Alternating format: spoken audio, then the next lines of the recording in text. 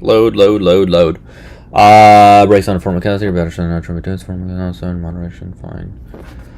Yeah, I mean, you're going to be hard-pressed to find somebody that drinks that, or I don't want to say drinks, intakes that much aspartame for it to ever be an issue.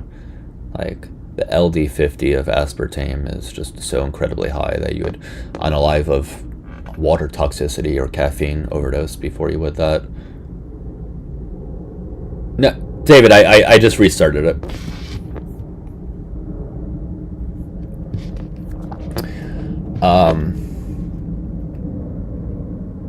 But yeah, it's just there's just no reason to be worrying about aspartame.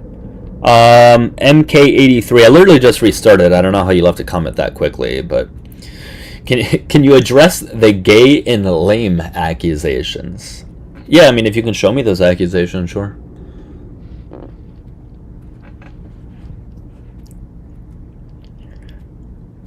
Seems like it's less of an accusation, more so of you just saying it, but sure. But an accusation would insinuate that it's a bad thing. I don't think, like, it would be an accusation to be gay. Like, that's like saying there's accusations that someone has red hair. Like, it's not really an accusation. It's just like a observation.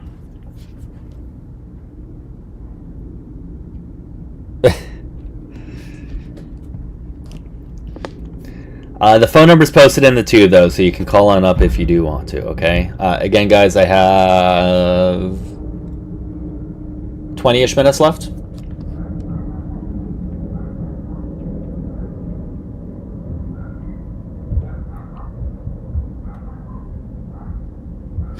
Alright. Yeah, no, I think a lot of people don't understand what LD50 is or even, like, understand the concept of it. I know it's sort of an overused saying a little bit, but the poison is in the dose.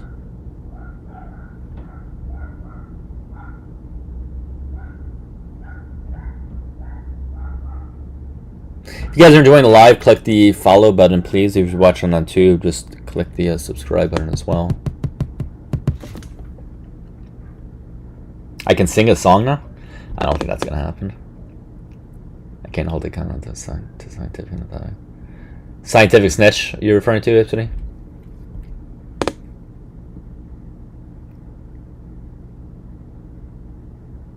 Yeah, no, she's great.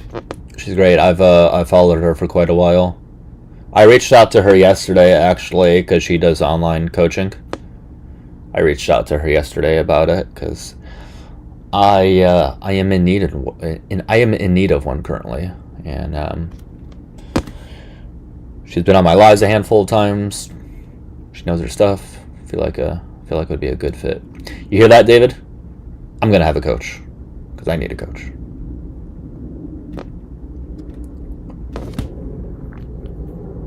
It shows you eat a lot of soy.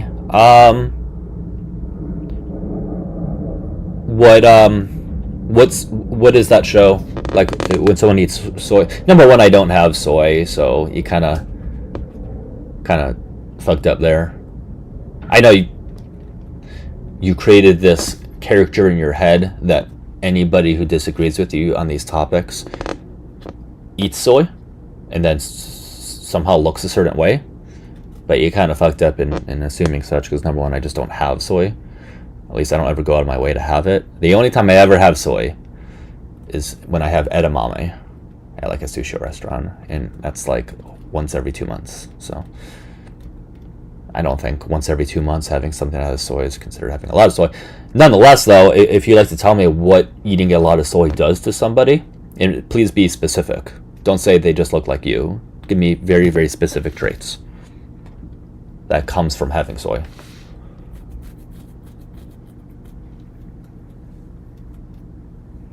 No, soy is a good protein source. It's a very good protein source. If somebody likes it. As I always say, you don't have to go out of your way to have it. I don't think it's like a must-have food.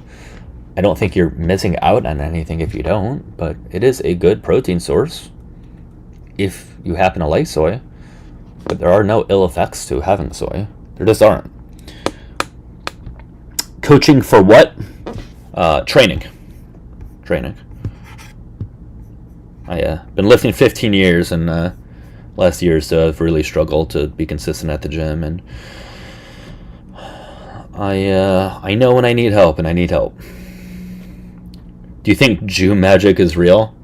I don't know. I'll work on it and I'll let you know. I'll try to I'll try to stir up some magic for you. Okay, I'll get back to you.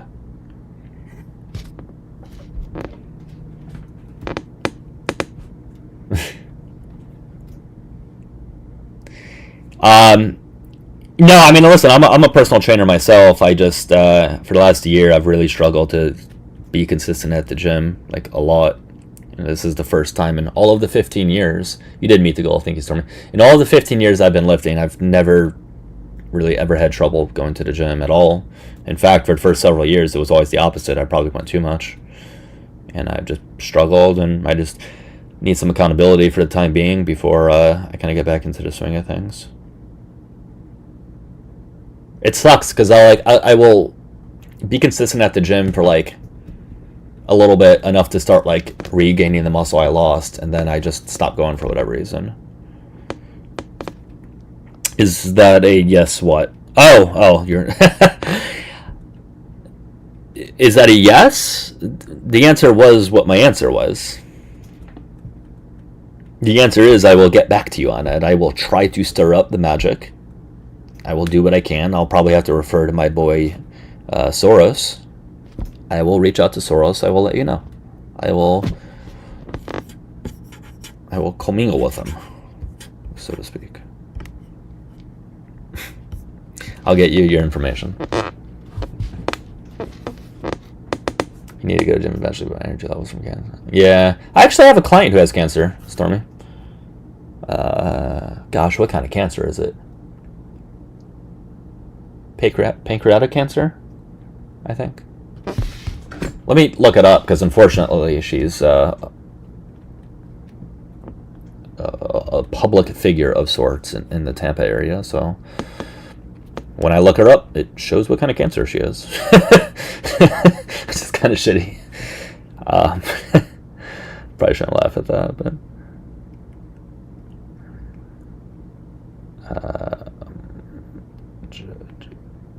I think it's pancreatic cancer.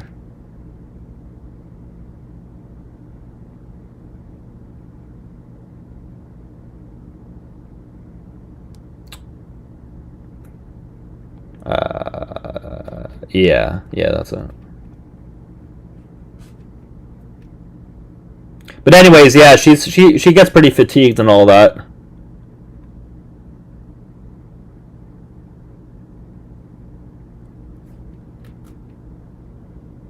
From prostate. Oh, that's rough.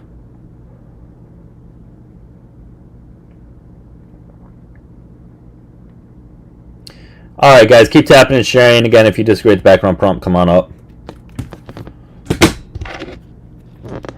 Approximately 2 cups soybeans give the omega-3 a 4 ounce of fish contains. That's pretty good. That's actually really good.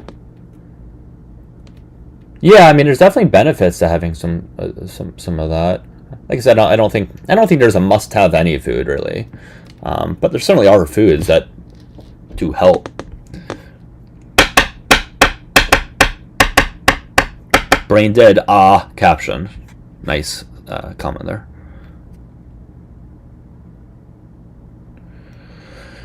Kinda pointless to call someone who wouldn't have their mind changed regardless of the evidence. That sounds like a pre-excuse to not come on up, Matt. I don't know how you came to that assumption at all. I've never portrayed that ever. In fact, there's been times in general with my lives where I've said flat out, hey, I was wrong, or hey, thanks for this evidence, I learned something new. But specifically with this topic, I've absolutely changed my mind plenty over the years. Plenty. So yes, if you provide evidence, I will change my mind, but you have to provide evidence. And I hate to break it to you, evidence isn't, oh, Joe Rogan said so, or this guy on Joe Rogan told me and I'm attracted to him, and therefore I listen to everything he says. That's just not evidence. So, but if you're welcome to provide like evidence, yeah, sure, I will change my mind. If it's strong enough, sure. What evidence do you have that you feel like I won't change my mind on? Is that GG or is that not 100% fatal? Oh, you're talking about the cancer. Yeah, I don't think it's 100% fatal. I actually don't know too much about it, really. All I know, I just know enough about it in terms of how it affects her in terms of the training. But if you're asking me in terms of like the specificities of the cancer, I really couldn't give you as good of an answer you're probably looking for. Evidence is for suckers, I think, for myself. All right. Well, you can do both. Those aren't mutually exclusive. You can literally get evidence and think for yourself. In fact, those probably are two things you should be doing at the same time. There are better choices other than acetos, and processed foods are to be avoided. Processed foods are a different thing, though. We're talking about two different things at this point. Are to be avoided for a healthy diet. Acetos are highly processed, then they probably need to be avoided. I disagree. I'm sorry. The question at the end of the day is, if this meal, this restaurant, this whatever, stops cooking with aceto oil and they use some other oil instead or butter instead, will it be healthier? Would it be better for you? And the answer would be no to anything that you likely are thinking of. So I agree we should minimize processed foods, but that's not an end-all be-all statement. It depends on what you mean by processed also. Processed is a very subjective term, and you can kind of fit it to mean whatever you want it to mean. Like, by definition, cooking chicken makes it processed. You're giving it a process. By definition, that would make it processed. Now, there are some people who are very, very pro raw chicken and raw whatever.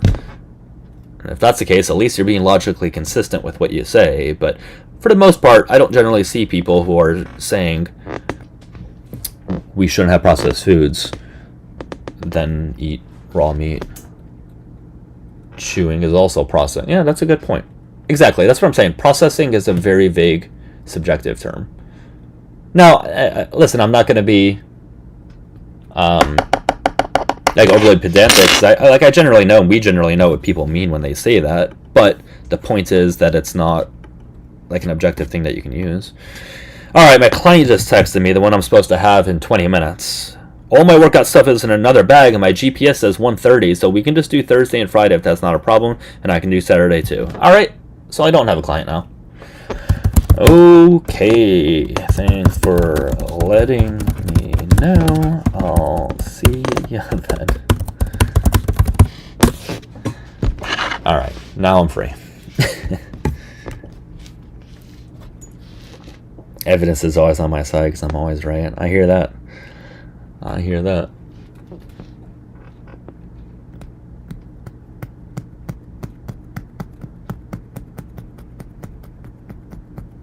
I sure do, David. I sure do.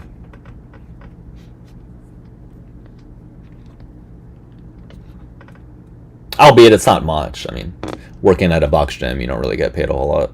So, but it's still something. I mean, on a per hour rate, it's decent.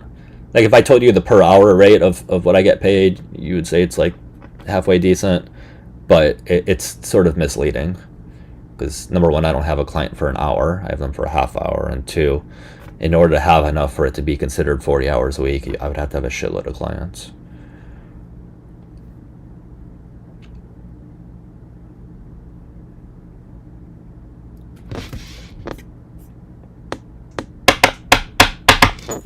Keep tapping and sharing, guys. Again, if you disagree with the background pop. Hey, actually, I just realized I have enough time to do a different live.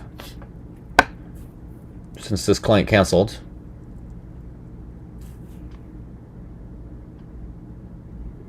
Personal trainer. Personal trainer. Yeah, it's just working at like a like a box gym or like a commercial gym. Typically, you just don't get paid tons. LPT. What's LPT? Why do I not know what that is?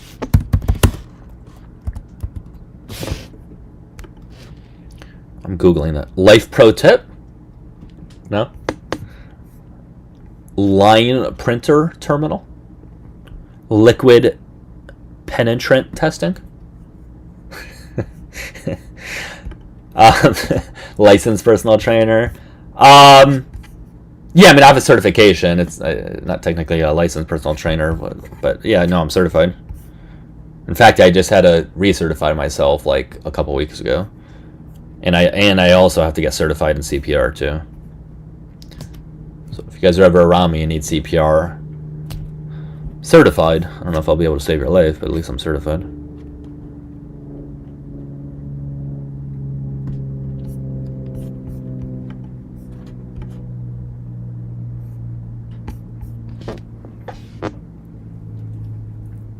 No, but I really enjoy being a personal trainer. It's good. It only can get a little annoying when I have I am not outside. It only can get annoying when I have a client who's not like a very talkative person.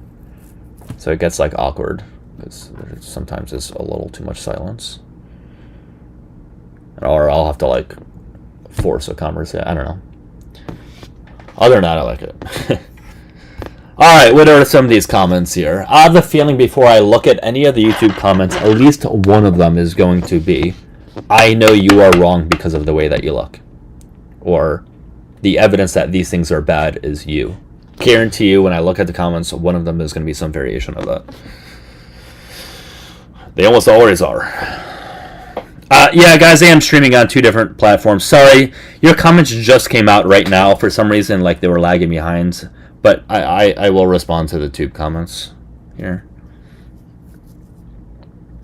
Why are people in other countries outliving people in the U.S.? Great question. I think that's a really good question. I'm sure you're insinuating it has something to do with our food. However, I think it's good that we zoom out and look at like the bigger things on a wider scale that are affecting people's health. Not that food doesn't play a role, because certainly it does, and we can address that. But again, healthcare in all of those countries that you are referring to, every single one of those countries that have better health outcomes than we do, they all have some form of universal healthcare. All of them. Clearly, that's not a coincidence. They're also a lot more active. They take more steps per day than we do. They have more walkable cities and towns, which just goes into what I previously said. Yes, with their processed foods, they tend to have less processed foods. Of course, that's going to make a difference. They also have much better social safety nets than we do, which certainly is going to play a role. Shouldn't come as a surprise that, like, if there's a social safety net in some country that would prevent you from living on the streets, where in America you otherwise would be living on the streets, you're likely going to be a little bit healthier because you have a roof over your head, right? So I think if we're going to compare ourselves to other countries, we should be looking at what they do as a totality and not just zoom in and narrow in on random chemicals that they have banned versus us or something like that. Again, not saying those things aren't things we shouldn't look at, but it's just kind of very disingenuous when I hear people say that European countries are much healthier than we are because of the things in our food, and then they just stop comparing us to all these countries when it comes to every other metric or stat that affects our day-to-day health or lifestyle.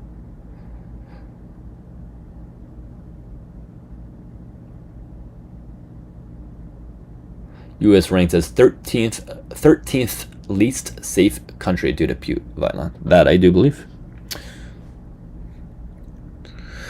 Aspartame, saccharin, associated with a 16.2% faster decline in memory and thinking skills among adults under 60. Yeah, I know what study you're referring to, James. You're probably referring to that study that came out, I think, last March, if I'm not mistaken, showing a correlation between some of these artificial sweeteners and decline in like memory and things like that.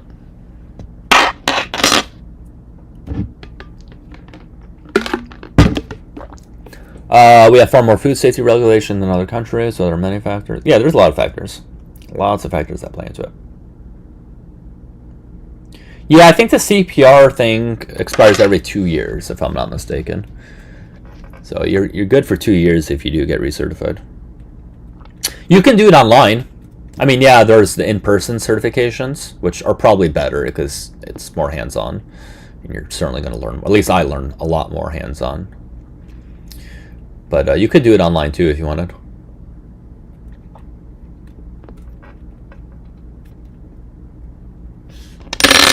If you so desired.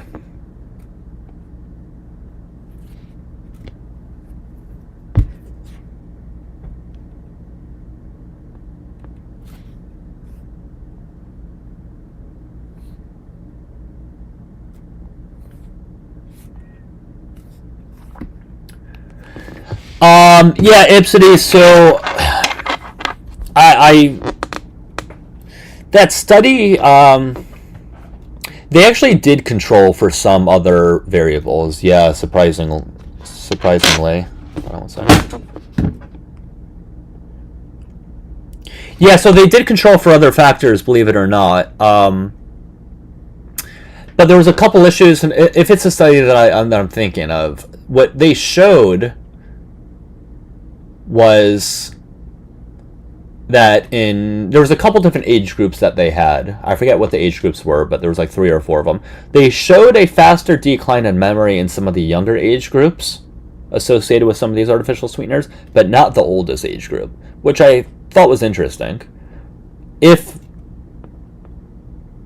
these artificial sweeteners are doing what it's insinuated, you'd expect to see a faster decline in memory and things like that in the older age group as well. Again, I'm not saying the study is useless because I think it does show something and it does show some maybe potential issues. But yeah, it was a cohort study. They did control for some other variables. Obviously, there's only so much you can control. So I don't think the study was completely useless or said nothing. I just think more to be determined type of thing. I also think, too, it would be good if they compared it to sugar, right? Because, again, that's what people are having artificial sweeteners in place of. So a good idea would be, well, does sugar have some sort of association with a faster decline of memory? And if so, is it more or less than these artificial sweeteners? If it's a faster decline of those things, then, yeah, it still would be harm reduction in having these artificial sweeteners.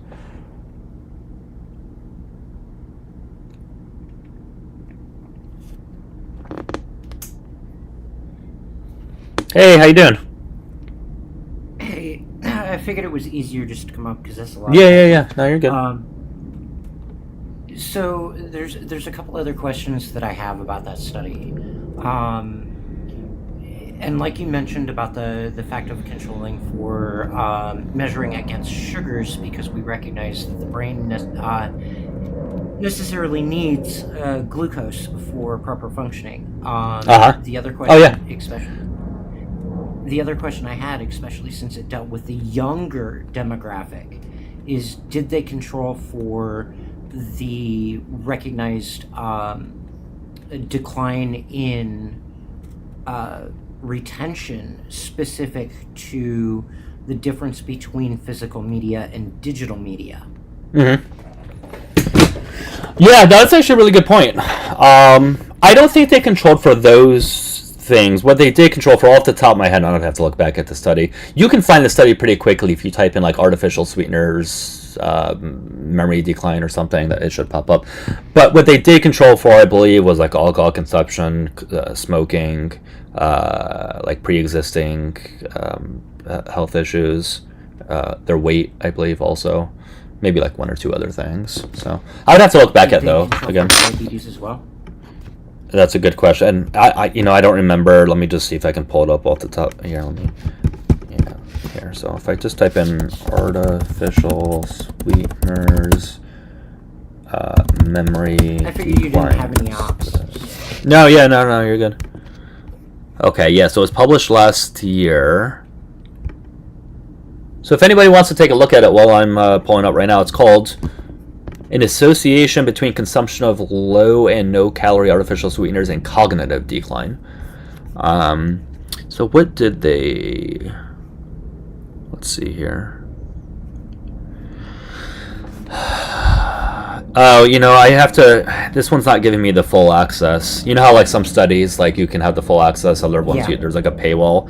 Right now, this isn't. Yeah. I'll just have to go to a different source then, because I think a different site will have it. So, but yeah, what they showed, consumption of low/no calorie sweeteners was associated with an accelerated rate of cognitive decline during an 8-year follow-up. Our findings suggest a possibility of long-term harm from those things. On cognitive function. Study limitations include self-reported dietary data, and that's a big limitation, because we do know that self-reported dietary data is notoriously like just off, like by a lot.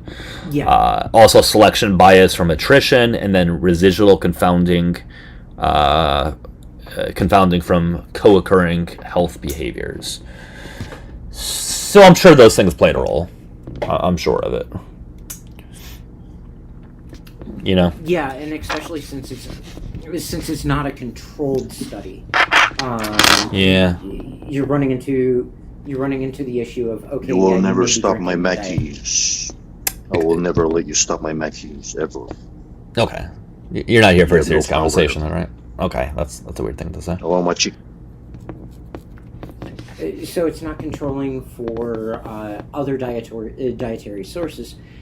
So a person can say, yeah, I drink Diet Coke that contains aspartame, but at the same time they may be intaking stevia in other drinks like tea. They may be intaking regular sugars in their cereals, etc. There's no control there.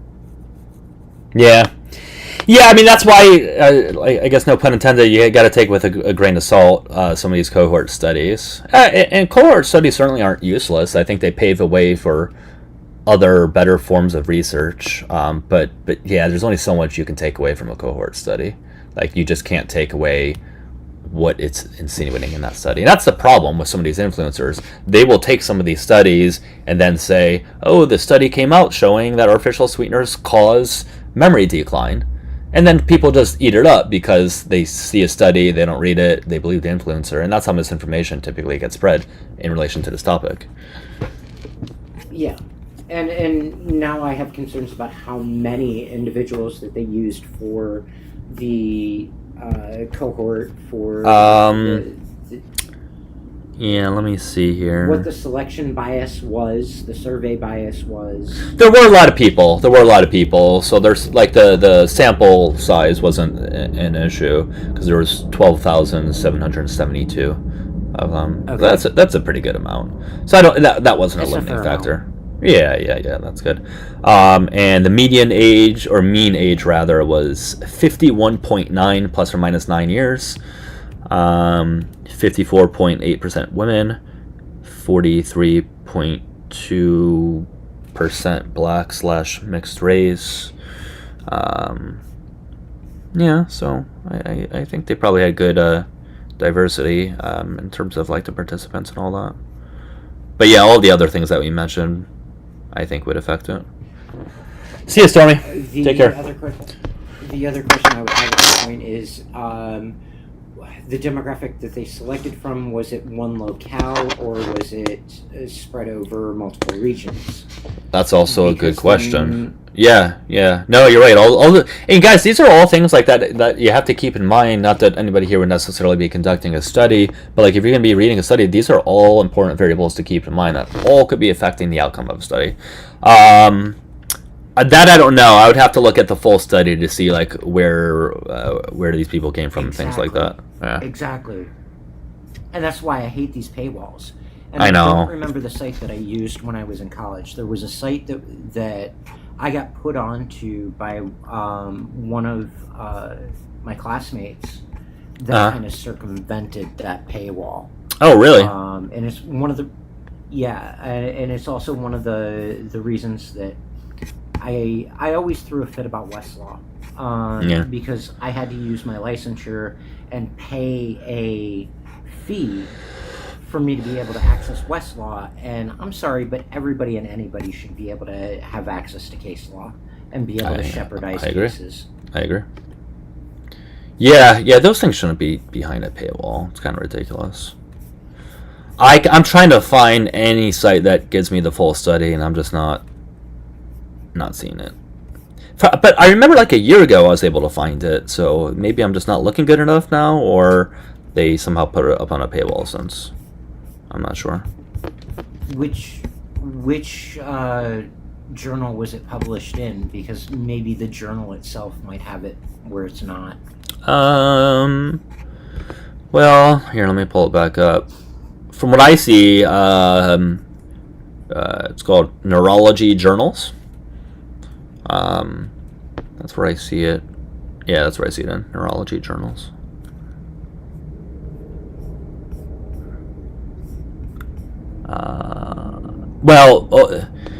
Overall from the American Academy of Neurology, but the specific database or site was Neurology Journals. So. Right, because Neurology Journals is where they would get their peer review. Yeah. They did reference a bunch of studies, though, 45 of them, actually. So, and that's the thing, you would have to look through all of these just to make sure they're getting the correct info. It would be a lot of work just to be able to, like, really delve into the specific one. In fact, I'd love to ask Scientific Snitch about this, because I guarantee you she, like, deep dove into this. I guarantee it. So I'd love to ask her about it. Oh, absolutely. Yeah. And I'm wondering if they declared it as a meta-analysis, or if they're just kind of citing bits and pieces and cherry picking. It doesn't seem like it's they labeled it as a meta-analysis. It's just a long-term perspective study. That's it, really. So, nah, it doesn't seem like it's that. So yeah, you can definitely see my reservation there. Yeah, no, believe me, I get it. Somebody just brought it up in the comment section of YouTube, so I thought I'd address it. Well, all right. Well, hey, anything else you wanted to mention about that study? No, I just had a couple of questions just to try and clarify, and it was too much to type, so... Yeah, no, you're good. I can go ahead and drop down, because apparently somebody is being... about to be pulled up. Go ahead and drop it down so it doesn't pop the sounds good. the All right, yeah. I'll bring it on. Take care, okay? Keep tapping and sharing, guys. All right, let me address some of the tube comments here real quickly. Sorry, I was talking to someone.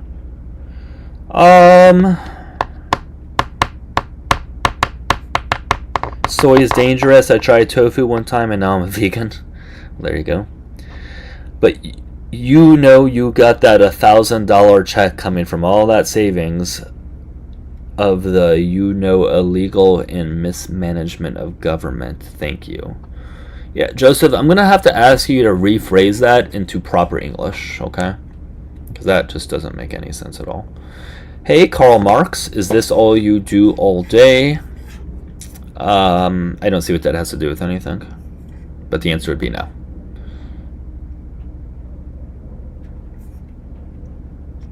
I don't see how that's relevant, whether I do this 23 hours a day or whether I do it for 23 minutes a day. That doesn't really change the topic of discussion.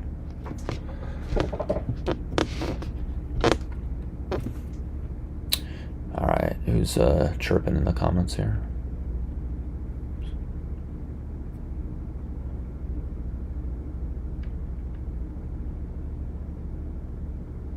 When are cohort studies useful and what context are they good for? Well, again, I think they're a good starting point for like further research. But I think it's important that you just can't take it necessarily for face value or extrapolate the entire point they're trying to insinuate. So they're just not, when you're looking at like the gold standard of research in terms of like studies that could be done, it's just not like human randomized controlled trials are going to be at the top, not necessarily a cohort studies.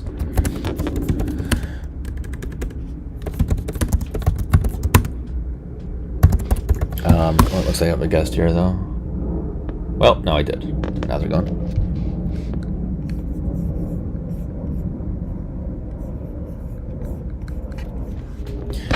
Yeah, I mean, it depends on the cohort study too. Like, they can show like longer term trends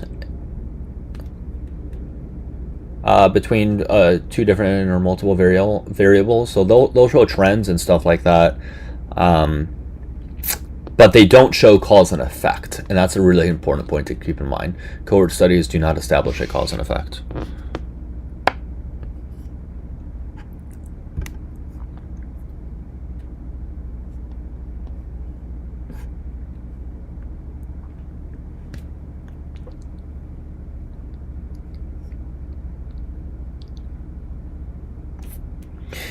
Yeah, I'm just trying to look up what other, I guess, things that they can show. It looks like here, from what I'm seeing, they can help with evaluating public health interventions. So they assess the real-world impact of treatments or community health campaigns. Yeah, I can see that being true. What else did I not mention here?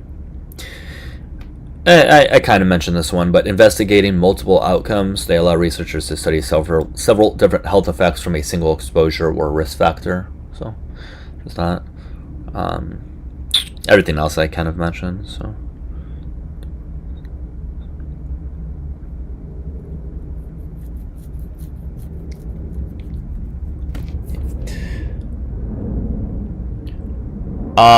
For anybody that's joining, hope you guys are having a good day. If you guys want to join, just click the request button at the bottom. If you're watching on the tube, you can call on in.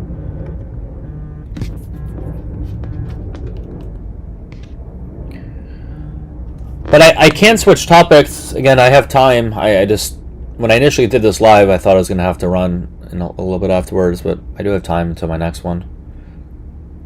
So I can switch if you guys want.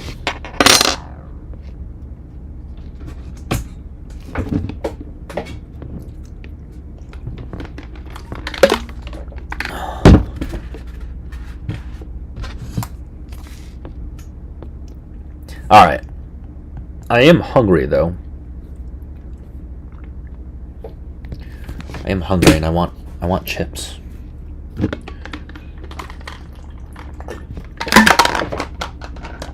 I am craving chips. Oh, somebody's calling. Nice. To press 1. To send a voicemail, press 2. Hello? Hey, how are you? Hey, I'm doing good. I just need to know your age, please, since I'm streaming on TikTok. They have terms of service where you have to be above 18. Yeah, absolutely. I'm 40 years old. All right. Appreciate that. Thank you. All right. So I assume you disagree with something that I have on screen there? Yeah, and I want to apologize. I called earlier. Something happened. You could not hear me. Oh, you're all good. I'm not sure what. No worries. Yeah. So what do you want to talk? So I have a couple things on screen: Cetos, artificial sweetener, soy, raw milk. Any one of those in particular you want to speak on? Yeah, if you don't mind. I mean, I agree and disagree at the same time. And many callers already addressed a few things before. If you don't mind, I would like to focus on the thing that you actually said to for the follow-up. Yeah. Why the states don't have as good health or whatever as the rest of the world does. But Yeah. We can talk about that. Sure. Yeah, we were just mentioning Europe, and originally I'm from East Europe. Okay. So, what country, if you don't? I'm just what country, if you don't mind telling me? I'm just curious. I'm from Bulgaria. Oh, cool. Very cool. Not that I have any credibility just because I'm from East Europe. I'm saying. I got you. Yeah. I got you. But yeah, in my opinion, there's three main factors, and one of them, and in my opinion, number one is food, which you obviously disagree by my understanding. Well, and other two are just following factors that you said, movement, which is absolutely big difference. Yeah. And I will say the third part is mental health / social life. Okay. Yeah, I think that last one's an interesting one. I don't typically have people bring that one up to address what you said though about food, it's not that I'm saying food doesn't matter or doesn't. That's not the difference between our health and people's health, in European countries. It's just that I don't think it's these very specific ingredients or / chemicals, if you want to call them that are the difference. I think it's the overall food practices and food habits that tend to be the difference, rather than, again, those very specific ingredients. Does that make sense? No, yeah, absolutely. I absolutely agree on that. It's not one specific ingredient, but it's definitely the group of specific,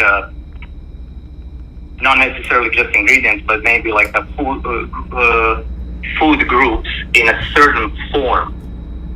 Because what I said earlier, for instance, what is wrote on your wall behind you, I agree and disagree, because you can look at soy and raw milk as two different forms. Okay. Not raw milk, dairy. Sorry. Sure. Soy and dairy. You can look at them as, are you consuming fermented soy or you're not consuming fermented soy, or you're consuming raw, or you actually consuming pasteurized.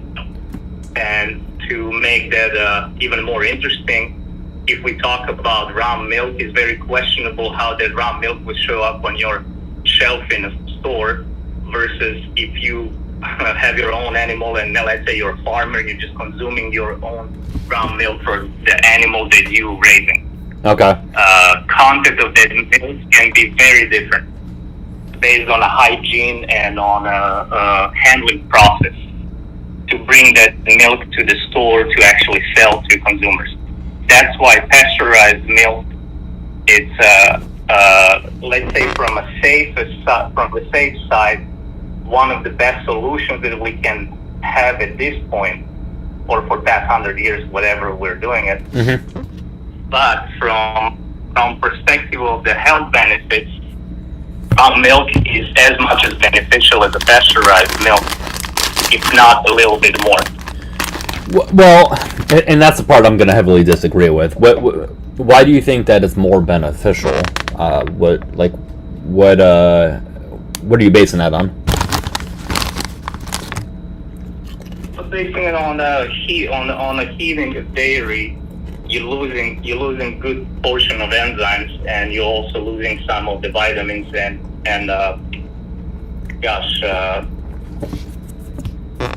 what specific? Let's just stick with I had a brain freeze, but I understand that loss is very minimal. Yeah, talking about very minimal. Right. From everything that I've seen, there's like no statistical difference in the nutrient profile between the two, between raw milk and pasteurized milk. Well, that's very debatable, because we say it's non-statistical difference. What number we're technically talking about, and we have to come back to the studies. And me personally, I'm talking about what my personal opinion is. That studies are not hard evidence. Even if you look at the studies, it's gonna say strong evidence all the way to not substantial evidence, or whatever they call it on the low end. So what? Every study is. So what vitamin or mineral? Yeah, go ahead.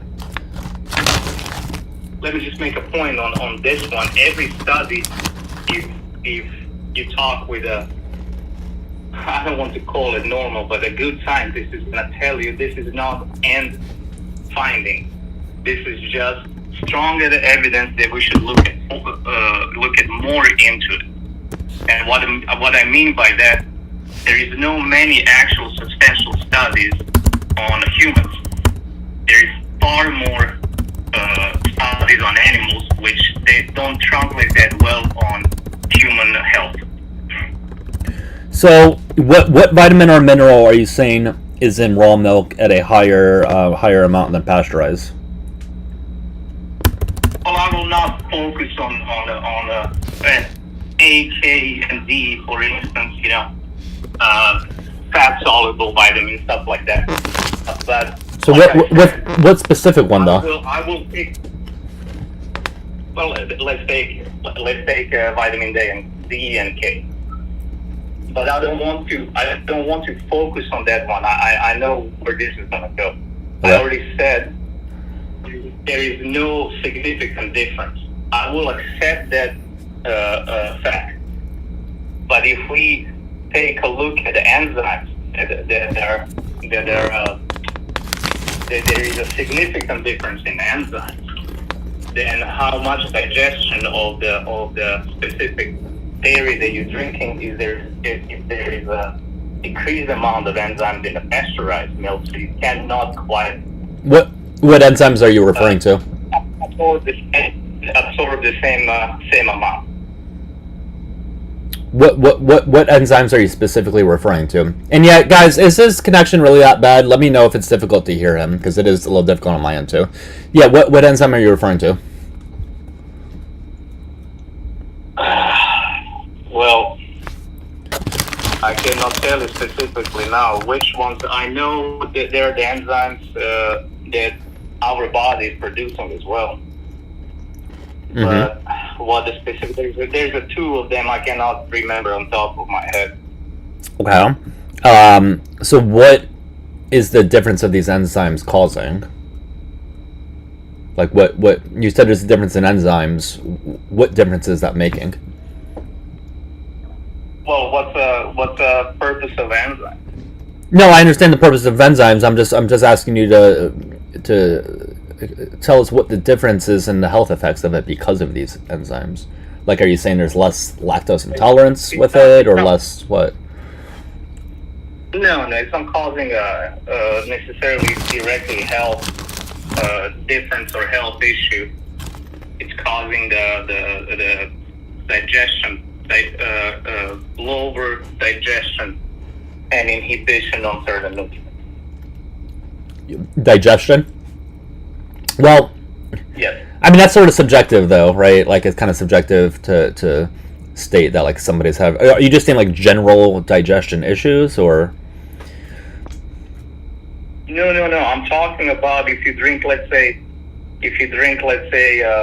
1 gallon of raw milk versus 1 gallon of pasteurized milk, you have a lot less enzymes in the pasteurized milk, so you're gonna absorb less of that gallon of the nutrients that are inside that gallon of the dairy. Okay, so you're saying the nutrient the vitamins and minerals are less bioavailable in pasteurized. Correct. Yeah, that's okay. correct.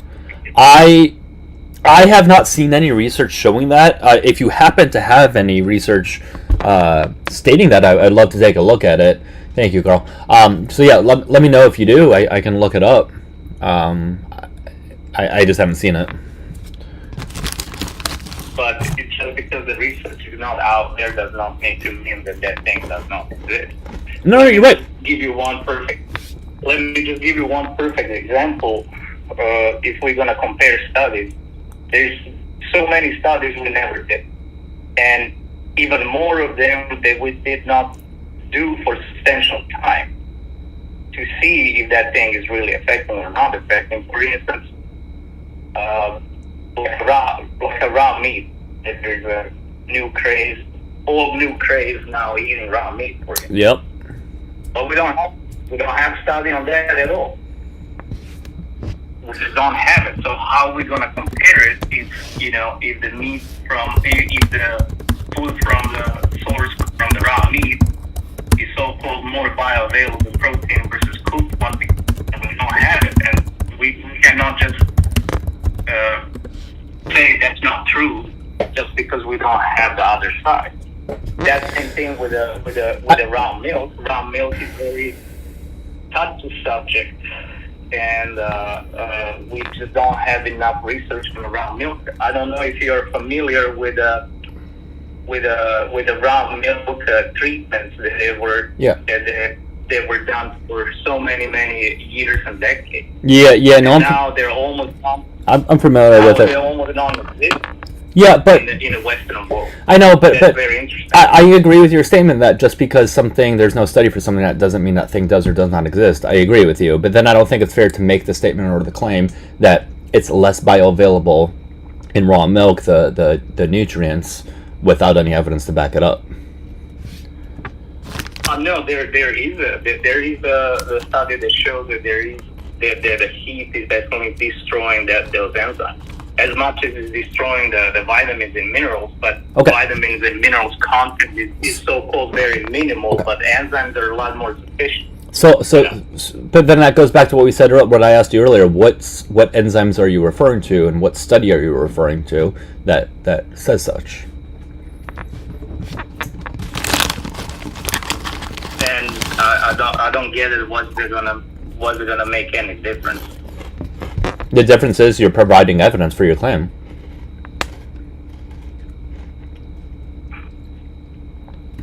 I can't just take your word for it.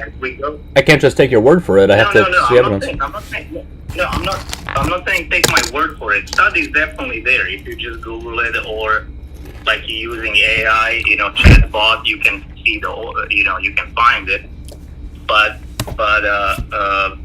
we're going back to the main point that I made when we started this conversation, that there is no there is no technical evidence even through the studies, because nothing is 100% correct. We have to have human randomized controlled trials for pretty much 10 plus 20 plus years to be so sure in something, and then we're gonna find out that even if there is a certain rule, there is certain groups that don't fit that rule. Well, I don't think there's certain things that you need a human randomized controlled trial for. For example, when we see the health effects of people drinking raw milk, and we see the increase of them getting foodborne illnesses from it, that you don't need a human randomized controlled trial for. That's just something you can see happen because of it, and that's something we've known for the longest period of time. Okay, good thing you mentioned that, because the foodborne illnesses are there for almost any kind of food. Right, but not. Just leave the food long enough on the heat in the summertime, and come back and eat 6 hours later, you have increased chance of getting some food. But that's a silly statement to make. Nobody's. But nobody's doing that though. Hold on. Nobody's leaving food out in the summer for hours and then eating it. That would be dumb. Nobody's doing that. I'm not saying that people are doing that intentionally, but when you are a big box industry, and you're doing some delivery of something from Salvador to some other place, we have there is a lot of malpractices. Okay, but food can be not properly stored under certain temperature. I agree, but that's a different topic, and though. Stuff like that. I agree, it's just a handling. But that's a different. That's a different topic, though. But the issue with raw milk is that when it's quote unquote handled correctly, there still is a overly disproportionate amount of illnesses that people get from it. Where what means directly? Handled directly. Can you explain that? I used the word quote unquote correctly because I wasn't really referring to the handling of it. Like there's no way that you can make raw milk healthier. There's no way you can make raw milk healthier, no matter how it's handled or whatever. It's still going to be significantly worse than raw milk. Yeah, there is no food that is healthy or healthier or such a thing like that. It's just food that are nutritious and non-nutritious. Right, but there's no benefits to raw milk, though. Like anything that you get from raw milk, you get for pasteurized without the significantly greater increase of getting foodborne illnesses. That's the problem. There's no benefits to it and only major drawbacks.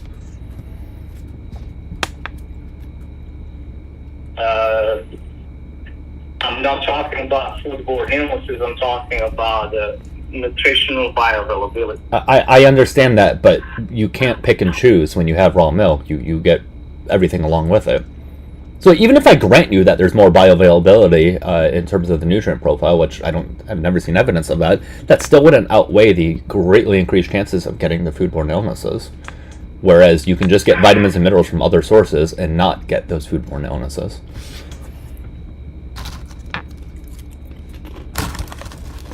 Sure, I mean that's a fair point. I'm not saying I'm completely agreeing on that. I'm not disputing pasteurized milk. I'm not against pasteurized milk. I hope you understand that. No, I get it, but I just don't understand why you're pro raw milk. But study that shows, for instance, feces inside the raw milk it's absolutely true, but it's not in every single raw milk. It all depends on how the process of milking was done and how it was handled. So my argument is, let's say if you're a farmer and you have your own animal and you do your own milking and drinking there, you're very safe. You are very safe. But if you go, I disagree. I disagree because I disagree though, because the very act of drinking raw milk is not safe. You're taking microscopic amounts of blood and poop and things like that. You have no study. You have no study on that. But I do, because we know that raw milk is consumed by only 2% of the population, but it makes up 96% of the foodborne illnesses from dairy products. That's not a chance I am willing to take. Yeah, that's something that is statistics. Is called torturing statistics data. If I torture statistic data long enough, I can prove pretty much anything and everything. No, you can't. But how? Then that's really, you're just totally dismissing what I gave you. You cannot do that. Tell me how you can do that. I'm not dismissing that. You are. Well, let me give you an example. You said earlier the cancer is what, lower by what was the percentage? 27.5%. Cancer mortality. I'm sorry. It's lower by 27.5% over the last 30 years. Cancer mortality is. Lower by, sure, it's lower by, let's say, even 20%, for instance. Mm-hmm. Okay. So if you have mortality that was around 5%, and now you have mortality that is 4%, that's not a big difference. It is significant, but not significant enough. But let me tell you, in statistics, you're going to say now we have lower mortality by 20%. Now the number looks very big, but it's actually just 1%. I understand what you're saying. That's the difference between an absolute decrease and a relative decrease, but it has nothing to do with what I mentioned with raw milk, though. That's not applicable to what I mentioned. No, I'm not.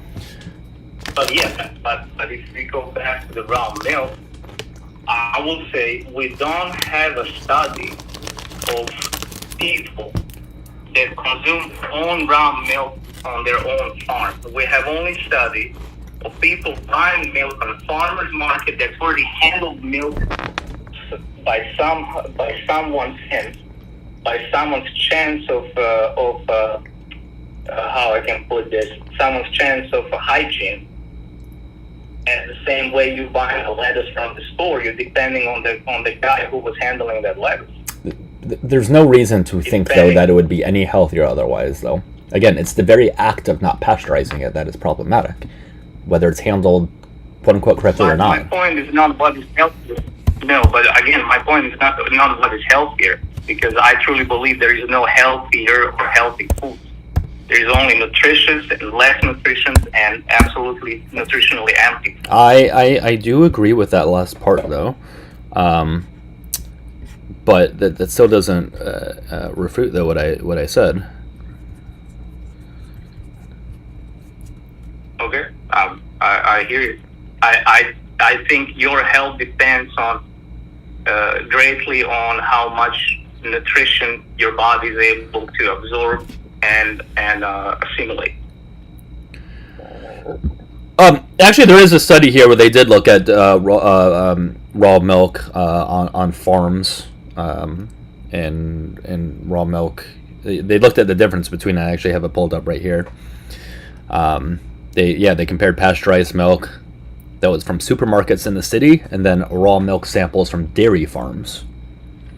And they still saw a huge increase, though, a huge prevalence of E. coli, as well as other things. Yeah, but from dairy farms, it's not saying, hey, this is the guy who lives with one goat and he's just drinking its own milk. So the E. coli just magically got in there from the time it was made, until people drank it. Is that what you're telling me? The E. coli somehow got in there because people handled it incorrectly? Did you ever heard about people getting E. coli from the lettuce from the store? Sure, I understand that, but again, if someone does not, that's my point. If someone does not wash their hand, your health is very dependent on the person handling your food. Okay, but people are drinking raw milk regardless, though, right? And if it's at such a high prevalence, if it's in 42% of those samples, that's not a chance I'm willing to take. In a very small amount. Yeah, but in very small percentages. 42%. 42% is not a small percentage. You're talking about worldwide. We're not talking about states. What's that? You're talking worldwide. 42%. States is a lot less percent than that. Well, I don't know why you're so adamantly defending raw milk. There's just no reason to be having it. It's just almost like you're trying to come up with every excuse in the book as to drink it. So let me try to understand. What's your point? Your point is that we should not ever consume raw milk? Correct, because there's no benefits and there's only major drawbacks to it. And again, this is something we knew like 100 years ago. Like, this is something we as a society knew 100 years ago, and then somehow people decided to regress and think otherwise the last couple of years. I don't know, it's just wild to me that people believe this. I have to completely disagree on that, because you said now that 42% are drinking raw milk. What's that? Worldwide. No. You said 42% are raw milk. I said in this study, out of all the samples that they had from raw milk, 42% of them had E. coli in it. And again, when we look at the data, when we look at the percent of people who drink... I just don't know why you're defending this. You couldn't even name me the enzymes. You told me that there's a difference of enzymes. You couldn't even name me the enzymes. No, let's come back to the let's come back. I mean, there's no point to name the enzymes, because I said those are enzymes that your body's producing anyway. I know, but that was one of your reasons as to why you believed it to be healthier, is because of these. No, I never said it's healthier. Okay, I have to remind you numerous times. I'm talking about more bioavailability of nutrition. But you haven't substantiated that. Health depends on your own body's ability to absorb nutrients and a few other factors. But in food, there is no healthy food or non-healthy food. All right. Well, listen, man, I do have some other people in the request box that I'm going to get to. But if you can get some of that research in relation to like the enzymes or the bioavailability, I would love to see that. I would love to see research showing there's a higher bioavailability with raw milk with those minerals. So if you want to get that, I'd be happy to talk again. Sounds good. All right, man. Sounds good. Hey, thank you for you too. Thank you for your time. Appreciate the conversation. Take care. Okay. Appreciate it. It was getting a little. Sorry, guys. I know the phone was a little difficult to hear. It was just difficult. Your dad got cancer from artificial sweeteners? No, he didn't. What's up, Thim? Well, what's up? You invited me up. I don't know what's up. Yeah, I think it was one of my mods, but either way, I just need to know your age, please, before we move forward. It's for TikTok terms of service. I'm 39. Okay. I assume you disagree with what I have in the background. Literally the only thing I said is the only thing I disagree with was artificial sweeteners, because some of them are petroleum based. Sorry, I didn't see your comment. I just yeah. So, what is it? Is it a specific artificial sweetener you're referring to, or just artificial sweeteners in general? Well, I mean, just I'm to be honest, I'm not well versed on it, but I think is it aspartame that is the petrol derivative? Yeah, I mean aspartame. Yeah, I assume you're referring to aspartame. And so, what health issues do you believe it causes? Thanks, Dr. Greg. It's not a petroleum derivative. Did you say it's a petroleum derivative? What is it that you said?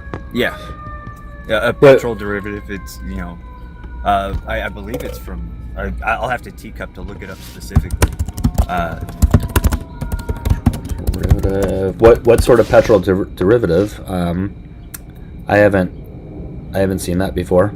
All aspartame is, it's just 2 amino acids. That's all it is. Okay. Yeah. It's just two amino acids that you would otherwise get anyways. What is it? Aspartic acid? Yeah, it's aspartic acid and I can never pronounce it. Phenylalanine? I can never pronounce it, but yeah. But yeah, it's just two like amino I said, acids. I'd have to teak up. Okay.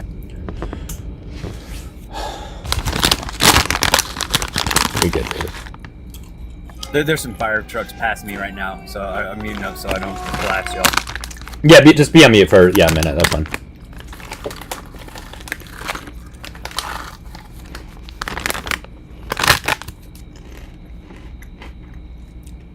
I love salt and vinegar chips, by the way. They're so fucking good. Something about them, they just really hit the spot. But yeah, just whenever the fire trucks stop, you can just put yourself off mute. Talking saccharin.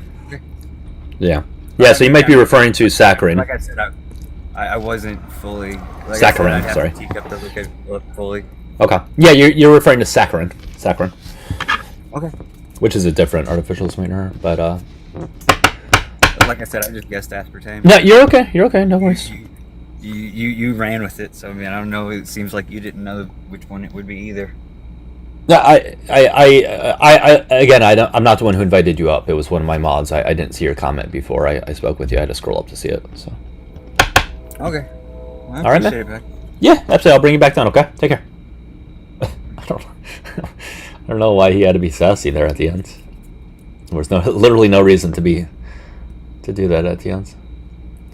Salt and vinegar chips are nasty as fuck. That's okay. You're allowed to have your own taste preferences. That is perfectly allowed, James. We allow that. I'm moving on to different chips now. Spicy sweet chili. Tim, I don't know why. Relax. We had a very, very respectful conversation. You didn't have to accept it.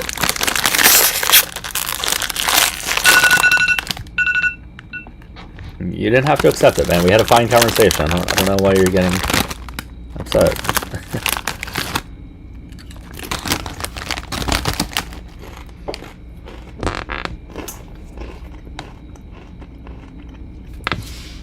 Cetos are fine. Artificial sweeteners are poison. Can you show that to be true, Stephen? Now, again, poison has a very specific definition to it, okay? So we can't just frivolously call whatever we don't like as poison, okay? He can come up. That's fine, David. That's fine. If he wants, he can come up. You leave him be. Leave him be. Pro real sugar? I don't think it's an either or thing.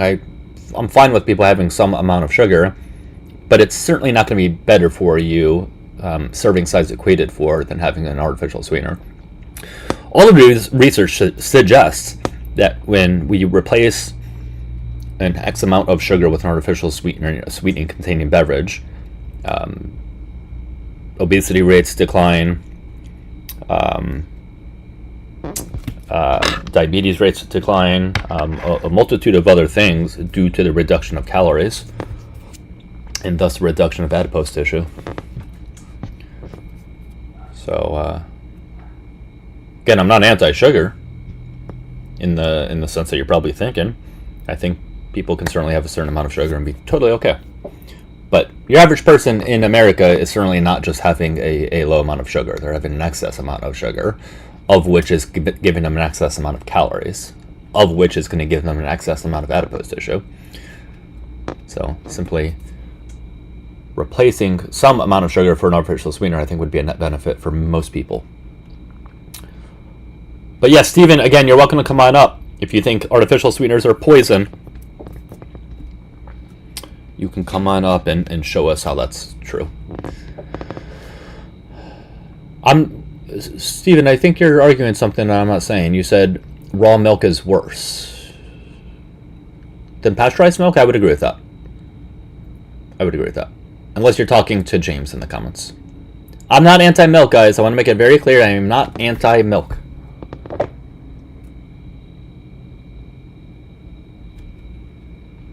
I am not anti-milk. I'm anti-raw milk.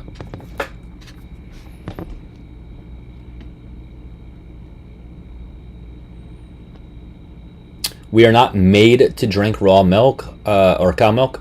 We're not made to drink or eat anything.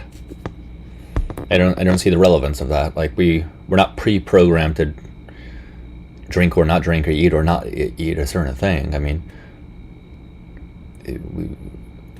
it's dictated based off of if it provides nutritional value for us or not, or if it helps reach our goals or not. So we're not necessarily made to eat or not eat anything.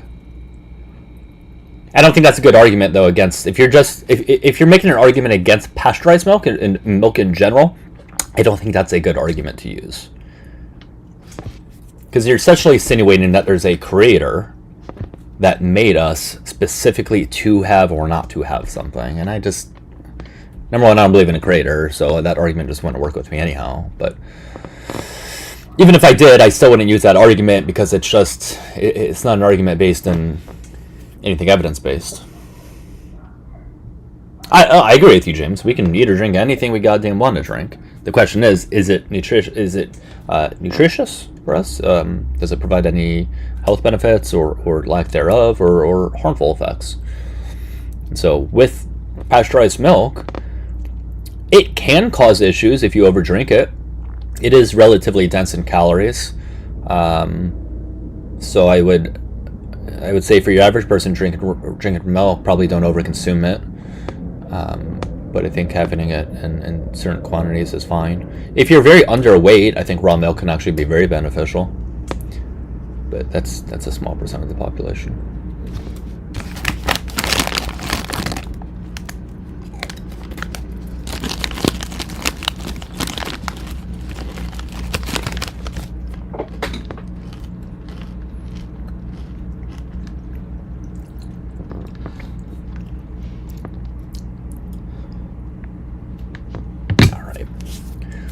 But everything under current regulations can be considered bad, so it depends on how you look at it. Well, no, sure. I mean, but at the end of the day, I'm not making a statement of if certain things are bad or not based off of regulations or not. That's not where my argument is solely based from. Because with that argument, then country to country, the health effects of food would change, because certain regulations in our country that there may not be in Spain, for example, or vice versa. But it doesn't matter where you live, a food in of itself isn't going to change its health effects or not.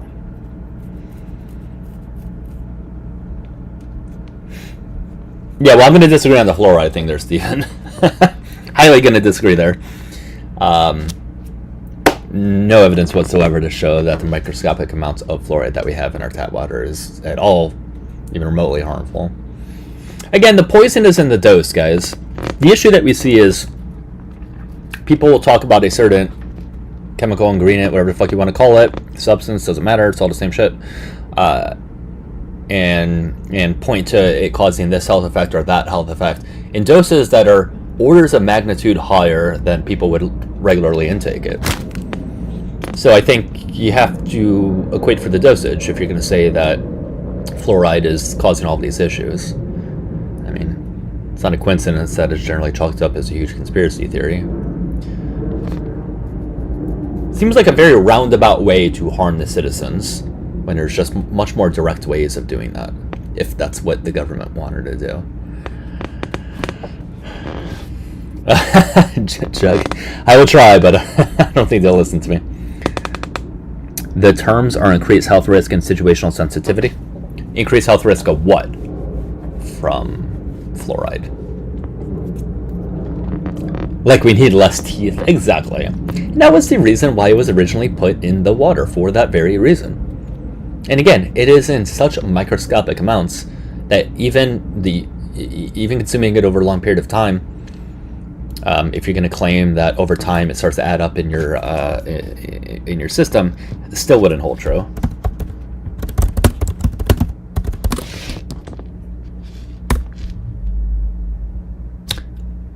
Also, the half-life of fluoride is 3 to 10 hours, guys. It's not going to be adding up in your system. Now, if we're talking about a half-life of something being like a week, a month, something, okay, then you can make the argument that's going to add up in your system over time, in your body over time. But fluoride's half-life is 3 to 10 hours. And if anybody doesn't know, it takes roughly 4 to 5 half-lives for any substance to clear your body, to clear your system. About 4 to 5 half-lives. Meaning, on the very low end, we're looking at about 12 to 15 hours. It's out of your system.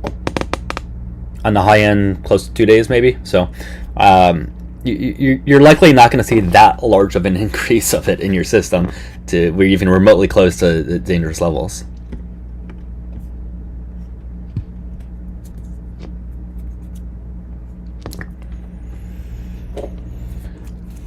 But guys, again, those things are important to keep in mind though when we're talking about these things. Again, it's important to keep in the dosage. It's important to keep in mind the half-life. Those things are all important considerations to be had. Ipsity, yes. Yes, they are.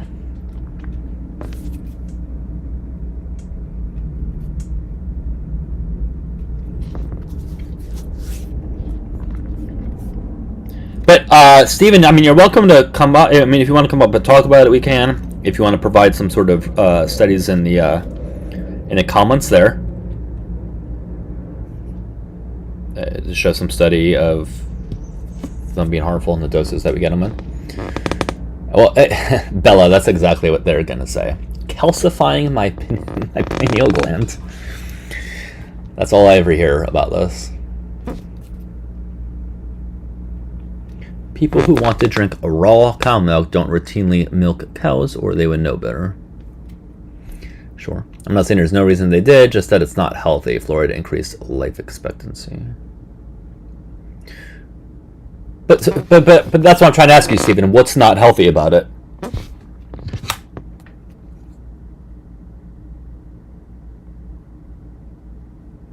Like what specifically?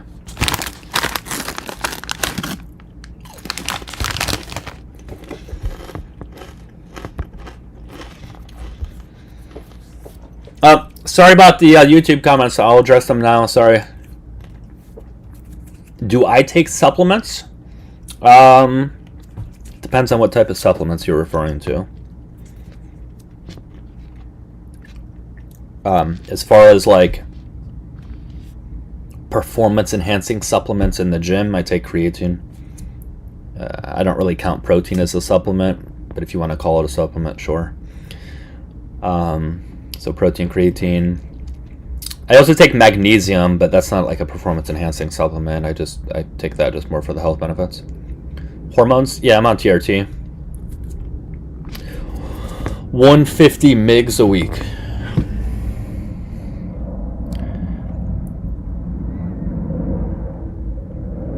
Oh, looks like that fluoride comment got the YouTube comments going. Surprise, surprise, surprise. So you claim it's a dosage, but you ignore individual senility?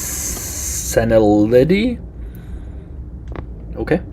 Where are you getting your number from? That's like saying shellfish and peanut butter are 100% safe. That's one of the worst analogies I've ever heard in my entire life. We're not talking about allergies here. We're talking about the health effects of a food. Okay? I am sorry, the whole everybody's different is just a cop-out excuse to just claim anything is good or bad for you. Like, there are certain things that, yes, very individual to individual, but you can't just say, well, everybody's different. This person needs water, but this other person doesn't. No, there are certain things that every human needs to have. There are certain things that are responsible for every human bodily functions and their overall health that doesn't change person to person. I'm sorry. Okay. So, yeah, when we're talking about, say, CETOs, for example, and we're talking about polyunsaturated fats, I am sorry, that's not going to change person to person. Polyunsaturated fats are healthy for all individuals. That's not a, well, everybody's different, so maybe I don't need polyunsaturated. No.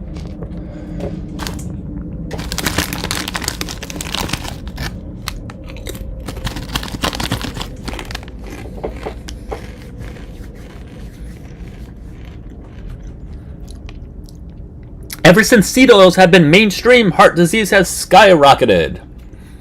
Correlation does not equal causation. Guys, I need to get a flashcard that simply just says correlation does not equal causation every time I see a comment like that. That's what I need to get. You know what else has happened since seed oils have become mainstream? Cell phones have come on out, smartphones. So you guys heard it here first. Seed oil consumption caused smartphones to exist. You see how that works? Hey, Kravis. Hi. What's up, man? I need to know your age, please, before we move forward. Right, I want to rape you, man. Nah, you're done. I will rape you. Nah.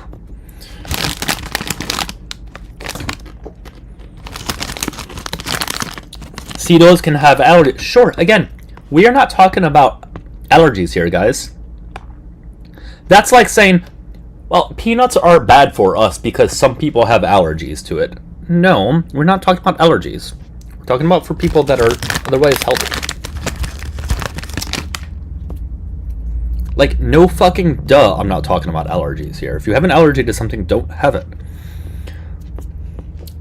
Seed oils cause smartphones, not seeing that connection. I hope you're being sarcastic there, Vonda. Or maybe you missed the part where I was... Vonda, let me backtrack, just in case you took what I said seriously. Somebody in the comments said that ever since seed oils have been mainstream, heart disease has skyrocketed. And I simply... Okay, you just came in, that's fine, no worries. So I'll catch you up on it. So somebody in the comments said, ever since seed oil has become mainstream, heart disease has skyrocketed. And I responded with saying, correlation does not equal causation. Meaning, just because two variables exist at the same time, that doesn't mean variable A caused variable B. So I just refuted with saying, well, ever since seed oils have become mainstream, smartphones, the existence of smartphones have existed. So by his own logic, seed oils had caused smartphones. Which, of course, is a very stupid thing to say. I was just trying to highlight his argument and the flaws in it. So, wasn't trying to talk down to you there, just catching you up on what was said. Why are we comparing phones to seed oils? Are we fucking stupid? That was the goddamn point! That was the goddamn point! Guys, the point's going all over your guys' heads. That was the point. It was supposed to be stupid. To highlight the stupidity of saying, because seed oils were mainstream, and heart disease have went up, therefore seed oils caused heart disease.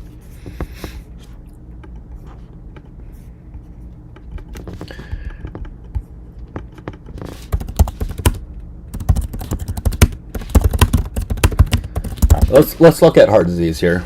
Let's pull it up. You're really dumb thing. Yeah, sometimes I have to.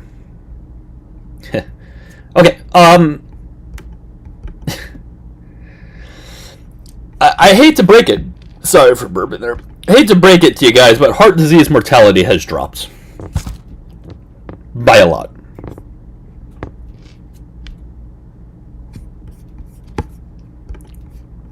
Heart disease mortality in the U.S. have dropped 66% from 1970 to 2022.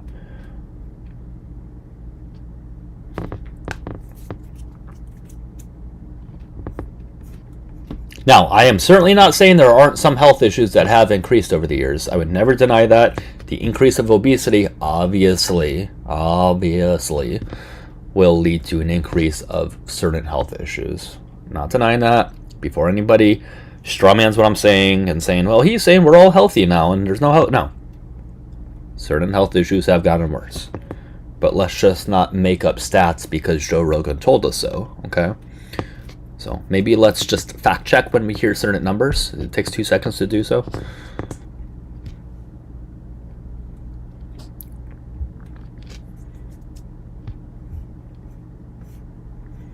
Having said all of that, I think a much stronger correlation with heart disease would be the increase of obesity. That would make more sense.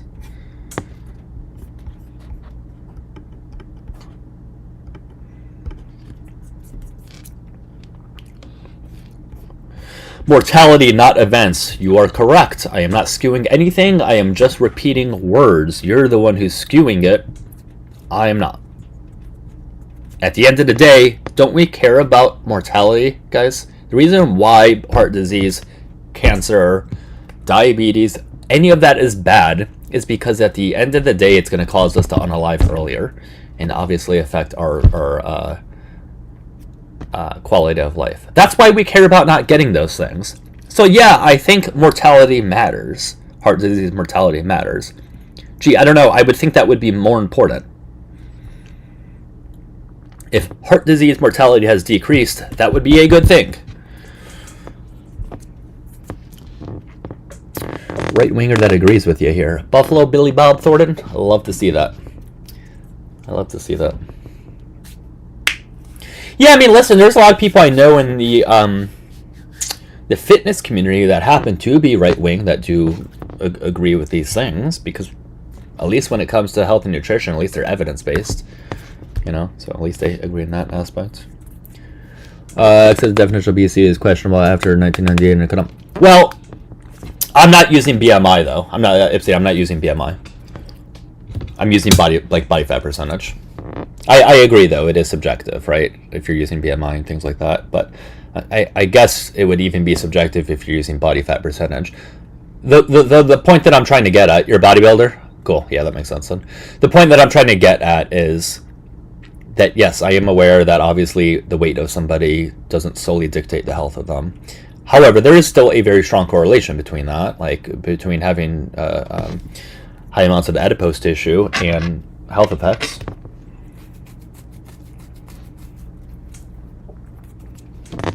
Yeah, no, I don't think no reputable doctor would ever just look at your BMI and say, well, you need this medication, that medication, and this medication because your BMI says that you're obese. They would hopefully follow up with blood work, as any good doctor hopefully should. However, though, I do want to say this. While BMI certainly has a lot of flaws, because it's just not an objective measurement of one's health, I will say, though, for your average person, anybody, and I'm not going to say anybody who has over a 25, because anything over 25 is considered overweight, anything over 30 is considered obese. You are going to be hard-pressed to find an individual who has a BMI 30 or above, especially 35 or above, that has like perfect blood work long-term. You're going to be hard-pressed to find that individual. And I understand the exceptions are athletes, bodybuilders, etc., but those are exceptions. Those are absolutely exceptions. Your average person doesn't have a high BMI because they carry tons of muscle. They have a high BMI because they carry a lot of adipose tissue. Again, BMI should not be an indicator, a sole indicator of anything like that. And it shouldn't be solely used as a way to dictate somebody's health. But there is still a very strong correlation. That's all I'm trying to say. Yeah, correlation does not equal causation. No, of course not. But adipose tissue, well, I'll get to that in a second. What's up, Benjamin? Yo, before either of us waste time, is this like rage bait or are you serious? I am serious.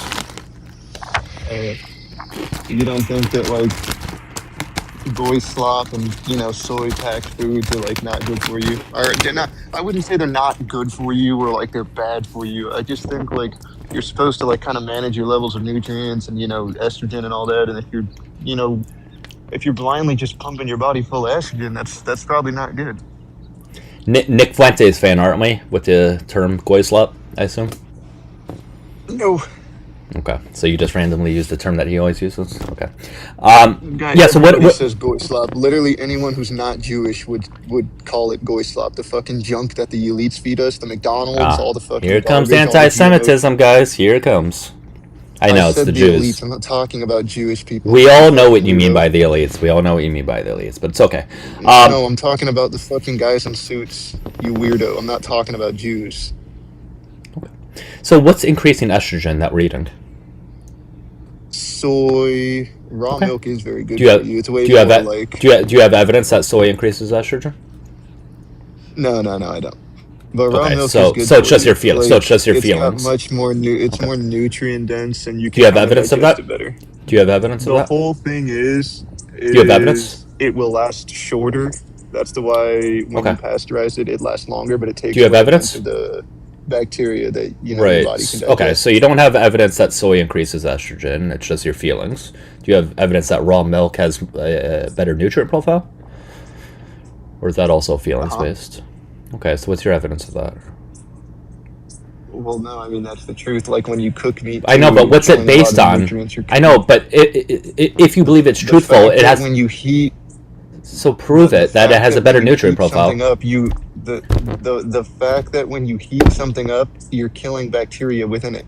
So Do show you question that. Do you disagree with that? Ben, show the evidence that it You has a want me better to nutrient prove that profile. heating something up kills bacteria? Ben, are want me you to prove telling me heating that in the something year kills 20 bacteria? Ben, are you telling me that in the year 2026 we have no data looking at the All vitamins and right, minerals of Chad. raw milk? Are you telling me that evidence doesn't Relax, exist? Chad. So show me the evidence, Ben. If you wanted to bring that up, you could have brought it up on your own. I'm not going to do that because I'm fucking Okay. lazy. That's your job. I don't give a Okay, shit. so you have no evidence of your claims. It's all feelings and because Joe Rogan told you I so. can find the evidence. I just So don't want it. find it then, Ben. No, you fucking retard. You don't tell me what to do. There we go. That's how you get kicked, buddy. Alright, let's talk to you. Guys, why the fuck do you believe shit without evidence? Meyer. To accept. Like, why on earth you just believe? Man, they hung up. Guys, for anybody, I don't care if you're fucking far left communist or you're a far right schnazi. Why on earth do you believe things without evidence? So you're telling me raw milk has more vitamins and minerals, yet you have no idea why you believe that. It just came to you in a dream one night. It just popped into your head one day and you just ran with it? Is that what happened?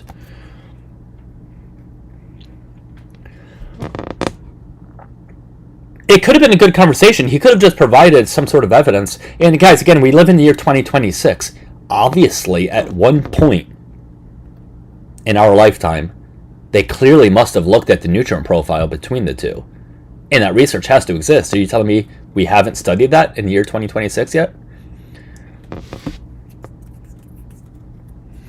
You believe things without evidence every day? Give me an example. Give me a specific example of something that I said, not something that somebody else on the left said that you're going to apply to me. Give me an example of something that I said that I believe without evidence. Please.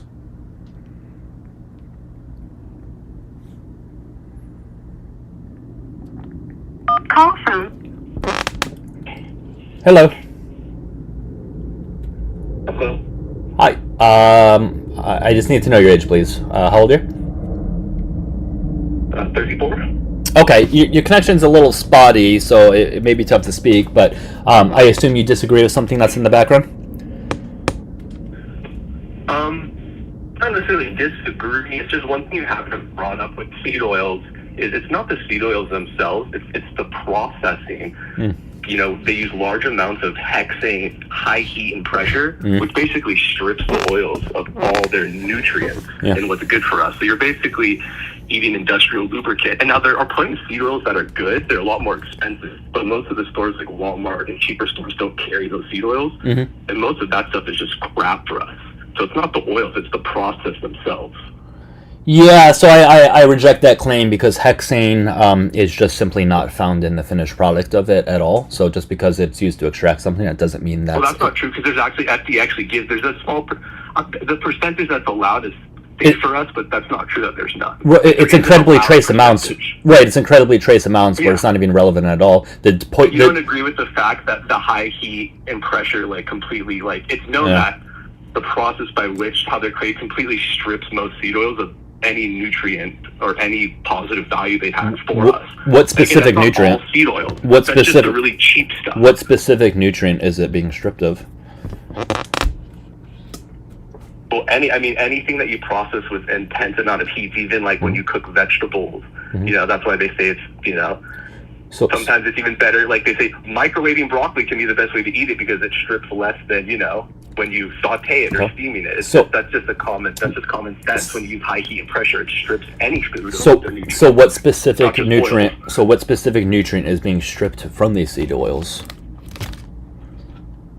Okay, why are you trying to move the goalpost, dude? It's really weird what you're trying to do. The goalpost of the thing that you brought up? Wait, the very thing that you brought up is me moving the goalpost? That's weird. It's almost like you can't answer. It's almost like you can't answer the question. It's almost like you can't answer the question. It's almost like you can't answer the question. Great, and now you're gaslighting. Love it.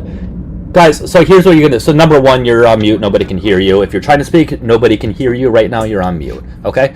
So, guys, apparently me asking a question about the very thing that he brought up is me moving the goalpost. He said it strips it of nutrients. I ask, what nutrient? And he says, you're moving the goalpost. No, we are literally on the goalpost right now. Okay? And just answer the question, man. It's not that difficult. Just answer the question. And if you don't have an answer, just say so. Don't get upset at me. Okay. Okay, dude, I can answer your question. Okay, so what nutrient? I actually can answer. That's not the problem. I was just trying to bring up a point that most people understand that. So what nutrient? Apply an extreme. I mean, dude, you could have just Googled this simply. It'll tell you. So this is about the fourth time I've asked you and you haven't given an answer. It leads me to believe that you don't have an answer. Antioxidants, including tocopherols and vitamin E. Oh, so now you had to Google it. And chlorophyll are all destroyed when you apply high heat and pressure to food. Okay. Including seed oils. Okay. Great. I know how to Google AI things too when I'm in between a conversation. Yeah, so can you give me evidence that they are being stripped of these things? You're saying, but that doesn't matter. I brought up a point. Please respond. So again, what specific nutrient are these? So what specific nutrient are these being stripped of? What was it again? I said antioxidants such as tocopherols, vitamin E, chlorophyll are destroyed with high heat and pressure. Okay. And you eat these things for vitamin E? So you're saying you eat butter for vitamin E? Or you cook with butter for vitamin E? And you can't get it elsewhere? That's not what we're talking. Well, it is because you're insinuating. Really changing the goal. Well, no, because you're insinuating that because you really are. Now you really are, and you're and people. So he's insinuating. Nobody can hear you right now if you're speaking. He's insinuating that if it's stripped of these things, right, then somehow it's not a healthy food anymore, and that you have to get them from the specific food. Like, are you telling me? It's the process that's the problem. Who do you work for, man? Who do you work for? George Soros. Who do you work for? George Soros. That's the stupidest thing I've ever heard. Dude, I'm an extreme lefty who worked on Bernie's campaign. I'm sure you are, buddy. I am, dude. Did you not hear? I think seed oils are good. It's the process. Do you not think processed foods are a problem in this country, the way we process our foods? I think you need to provide evidence that these so-called processed seed oils are bad for us. I just explained what high heat does to the seed oil. Okay. But there are other seed oils that aren't processed that way, which are much better for us. Hold on, but you saying you understand that, right? All right, but so you're telling me so something that doesn't have vitamin E in it anymore makes it unhealthy, or makes it bad for us? It makes it work because when you strip something of all, that's why they say like drinking boiling water could be bad for you because you're stripping the water of all of its nutrients. This is very common sense. Water has nutrients? Too much heat applied. What nutrients does water have? Yeah, minerals. There's tons of minerals and nutrients in water. Yeah, you're getting a lot of nutrients and minerals in water? Like what? Are you serious? Like magnesium you get from water? Really? You get significant amounts of magnesium from water? Dude, okay, I'm done. You're clearly just an unintelligent person if you don't think there's minerals and nutrients from water, and that when you boil it, it strips those. You seriously don't know that? I wasn't aware when we drink water we get magnesium. Good luck. All right, man. Go ahead and run. Go ahead and run like a pussy boy you are. Guys, today I learned magnesium is in water. You guys, if you just drink water, you'll get all of your vitamins and minerals. Today I learned. Where does this guy find this shit from? Yeah, I don't disagree that there's trace amounts of these things in water, but it's not even worth mentioning because it's so trace these amounts that it's not like it does nothing to help us at all. Nobody's drinking water for magnesium.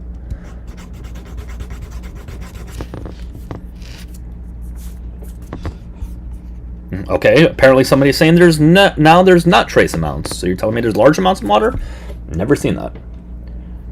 Unless there's some sort of specific water that's made that has these things in it. No, when you drink water, typically those things are not in it. Yeah, maybe, Caitlin. That's probably it. Hey, what's up? Are you speaking? Are you there? Hey, what's up? I'm bad connection. Okay, can... Oh, okay, I can hear you now. You good now? Okay. How old are you? Yeah, I don't think seed oils are particularly good. Okay, what's wrong with them? How old am I? 35. Oh, I appreciate it. So what's wrong with seed oils? They're expensive. What's that? Seed oils are extracted with hexane. Okay. Most consumer-grade seed oils are extracted with hexane. It's a minuscule amount that gets left in there, but there's no safe amount that your body can be exposed to. Artificial okay, so let's kill off gut bacteria. Hold on, let's talk about one at a time. So I disagree with your statement that even trace amounts of hexane is bad for us. I disagree, but let's pretend that's true. What health issues is it causing?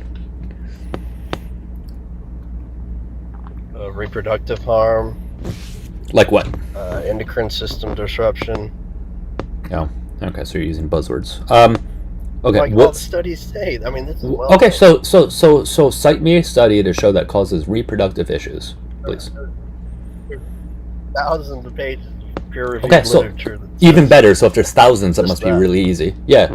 So if there's thousands, that must be incredibly easy for you to find me one. Okay, so what's the pro one? Tell me your source. I'm asking you. You're the one who made the claim. Don't run away from it. You made the claim. Please do not run away from it. If you can't, if you don't have it, just say you don't have it. Okay, so you don't have it. Out of all the thousands that supposedly exist, you don't have a single one? Obviously. Okay. You're cutting out there. No, I don't have it. Yeah, but like typically in a debate, No, I don't. Okay, typically in a debate, the person who makes the claim needs to back up the claim. It's not my job to back up your claim. And I'm not making a positive claim. Your peer-reviewed? I'm not making a positive claim here, though. Okay, again, you can turn it back onto me, sure. You can turn it back onto me, sure. However, I'm not making a positive claim. I'm not making a positive claim here. Meaning the burden of proof does not fall upon me. I am rejecting the claims about these things. Okay? The only thing I need to provide proof of would be the raw milk one. Okay? Because that I'm making a positive claim on. All of the rest, I'm just rejecting the claims. I'm rejecting the claim that seed oil is bad for us. I'm rejecting the claim that artificial sweeteners are bad for us.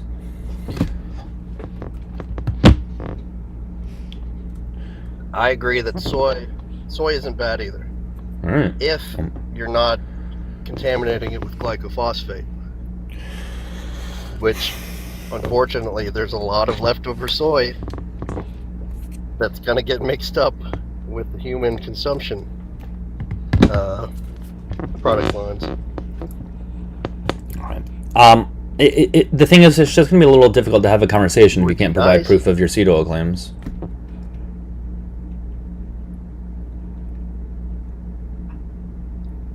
It's just common knowledge. It's common knowledge that seed oils cause reproductive health issues. I mean, it's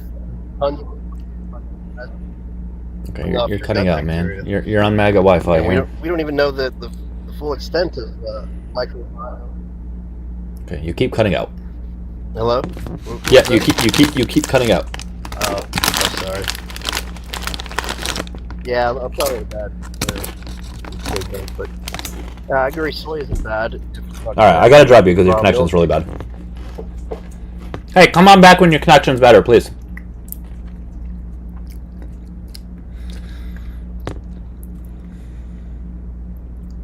Thank you, Tonight with Kyle. I appreciate that comment on YouTube. Let's read it out loud. It's a very, very good comment. You don't need proof to reject claims. A claim which is presented without proof can be dismissed without proof. If I'm not mistaken, that was said by Christopher Hitchens. Correct me if I'm wrong, Tonight with Kyle, if you're still in the comments. But yes, exactly. So if somebody makes some sort of claim and they can't provide proof, I can simply just reject it without proof. You can't just say, well, seed oils cause this. I don't have the evidence for it. Do you have the evidence that it doesn't? The burden's not back on me just because you say that. However, though, even though the burden of proof isn't on me for the top 3 things that I have there, there's still plenty of evidence. Plenty of evidence showing that seed oils aren't bad for us. There's no evidence to show it causes reproductive health issues or... What else is it that he said? Endocrine disruptor. That's one of their favorite phrases to use. Alright, beep boop bop, whatever your name is, you're going to get muted. Guys, you can't spam stuff, okay? And that even goes for if I agree with you. Even if I agree with you, don't spam, okay? And I hate to break it to you, beep boop bop, whatever your name is. Just because you can find 2 doctors that you happen to agree with, that doesn't necessarily make it true, okay? You can find anybody with any degree that will back up anything that you want them to back up. The question is, does the evidence say that? Does the actual evidence, despite somebody's interpretation or not of it, say it? And what does the overall community say in regards to said topic? Right, like if you have 1% of people in said field agree with you, but 99% don't, well, there's probably something to be had there.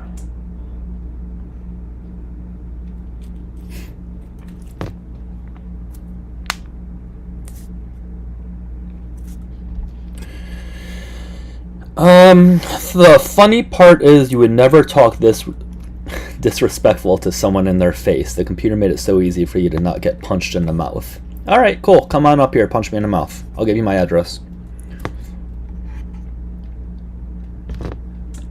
Here's their username, by the way. This shouldn't come as any surprise. Deport liberal women. But sure, this person wants to talk about being respectful or not. Nice. What's up, JG? Yes, guys, I am a dem paid psyop. You got me. You pegged me. No pun intended.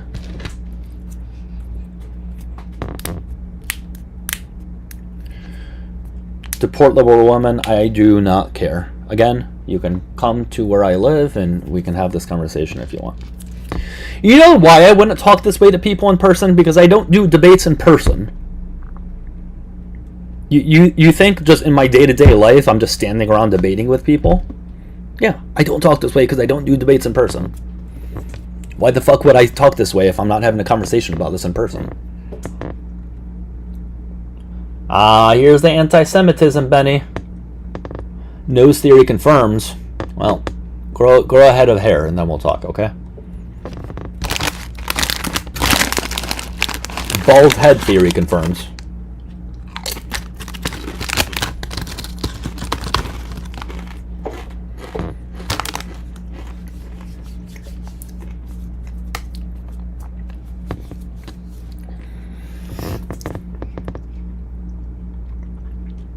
Guys, I am anti-Israel. Okay? You guys love coming in here and insinuating that I'm somehow pro-Israel. I'm anti-Israel. I'm very much against them. I think we need to cut ties completely with them, Israel. Raw milk is dangerous, I agree. I want you to go to a farm and get a glass of raw milk and drink it. No. Oh, guys, I'm anti-Semitic now. You know, the funny part is we got 2 types of conservatives in the chat. We got like the mainstream conservatives who are very pro-Israel, and then we have the far right ones who are very, very anti-Israel, or typically they're anti-something else, but whatever. So I guess I'm getting it from both of them now. But I guess I'm an anti-Semitic Jewish person. Yes, I agree. Anti-Zionism is not anti-Semitism. Anybody with 2 brain cells would be able to comprehend that. Like it's such a lazy argument to, when I criticize Israel, to just call me anti-Semitic. because I'm criticizing a government. I'm criticizing a country. And again, I am Jewish. So, sure, I'm somehow a Jewish anti-Semite. Oh, hey, Daniel. How you doing, Chinchilla? I'm good, man. What's on your minds? I was just passing by. I thought I'd stop and have a talk. All right. Anything you wanted to speak on specifically? No, I was just listening to what you were saying. That sounds about right. It's not the Jewish people, it's Zionism. It's the elites, as we call them, right? It's what everybody calls them. I'm happy we can agree on something, Daniel. I'm happy we can agree on something. We agree pretty good, man. You just got to learn to play chess, right? Sure, man. All right. Because this is how shit's gonna get solved, not yelling at each other like telemarketers. Oh yeah, have you finished writing your song yet? Huh? The song, weren't you supposed to write a song or something? Oh, I'm always writing songs because I'm always fucking wrong. I can come up with that shit, damn, all night long. All right, well, I thought you were. I thought you were writing a song in regards to me. No, man. I just want to play chess with you, bro. Come on. I don't know how to play chess. I don't know how to play chess. It's easy. The pawns move one step forward at a time. They kill diagonally. Okay. Well, let me correct it. I know the fundamentals of it. I'm not good at it, nor do I really care to play, to be honest with you. There it is. See, you're even honest. Right, gotta be honest. All right, man. Yeah. Well, if there's nothing that you want to talk in regards to the background, I'll get to the next one. Okay. Actually, I did want to ask you about. Do you think there's a lot of people on this app that are trying to sell both sides of the issue? You know what I'm saying? Of what issue specifically? Well, let's put it this way: the bankers, they supply both. No, I don't want to get into that. I'm talking about the background. Do you have anything that you want to talk about in regards to the background? I'm just giving you a parallel. I'm saying if there's a war, they have a banker and he supplies both sides. So the banker would be like TikTok. He supplies both sides. You have sides that are Republican, sides that are Democrat. And that's kind of divisive to me, you know? Instead of trying to put people together, it's more like trying to break people apart. That's kind of goes against the grain of trying to fix things instead of fuck things.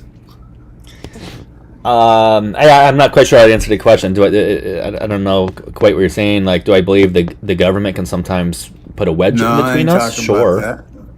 Okay. No, I'm just saying, wouldn't it be better instead of having people oppose each other, to have people actually be able to have a conversation like me and you are doing right now? No, I agree with you. I think that would be perfect. Do I think that's realistic anytime soon? No. It's just not. Some people just won't play chess, you know. Yeah. All right, man. Well, let me get to the next guest, all right? Because it looks like they've been waiting. Okay. All right, man. We'll talk to you later. Man. Take care. Bye. Take care.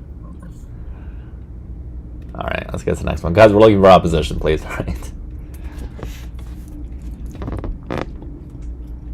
They left. Drama farming. Not really. Alright, let's address some of these comments. Well, Tube, I'll get back to you. I'll address your comments. Alright, well, never mind. There goes that person.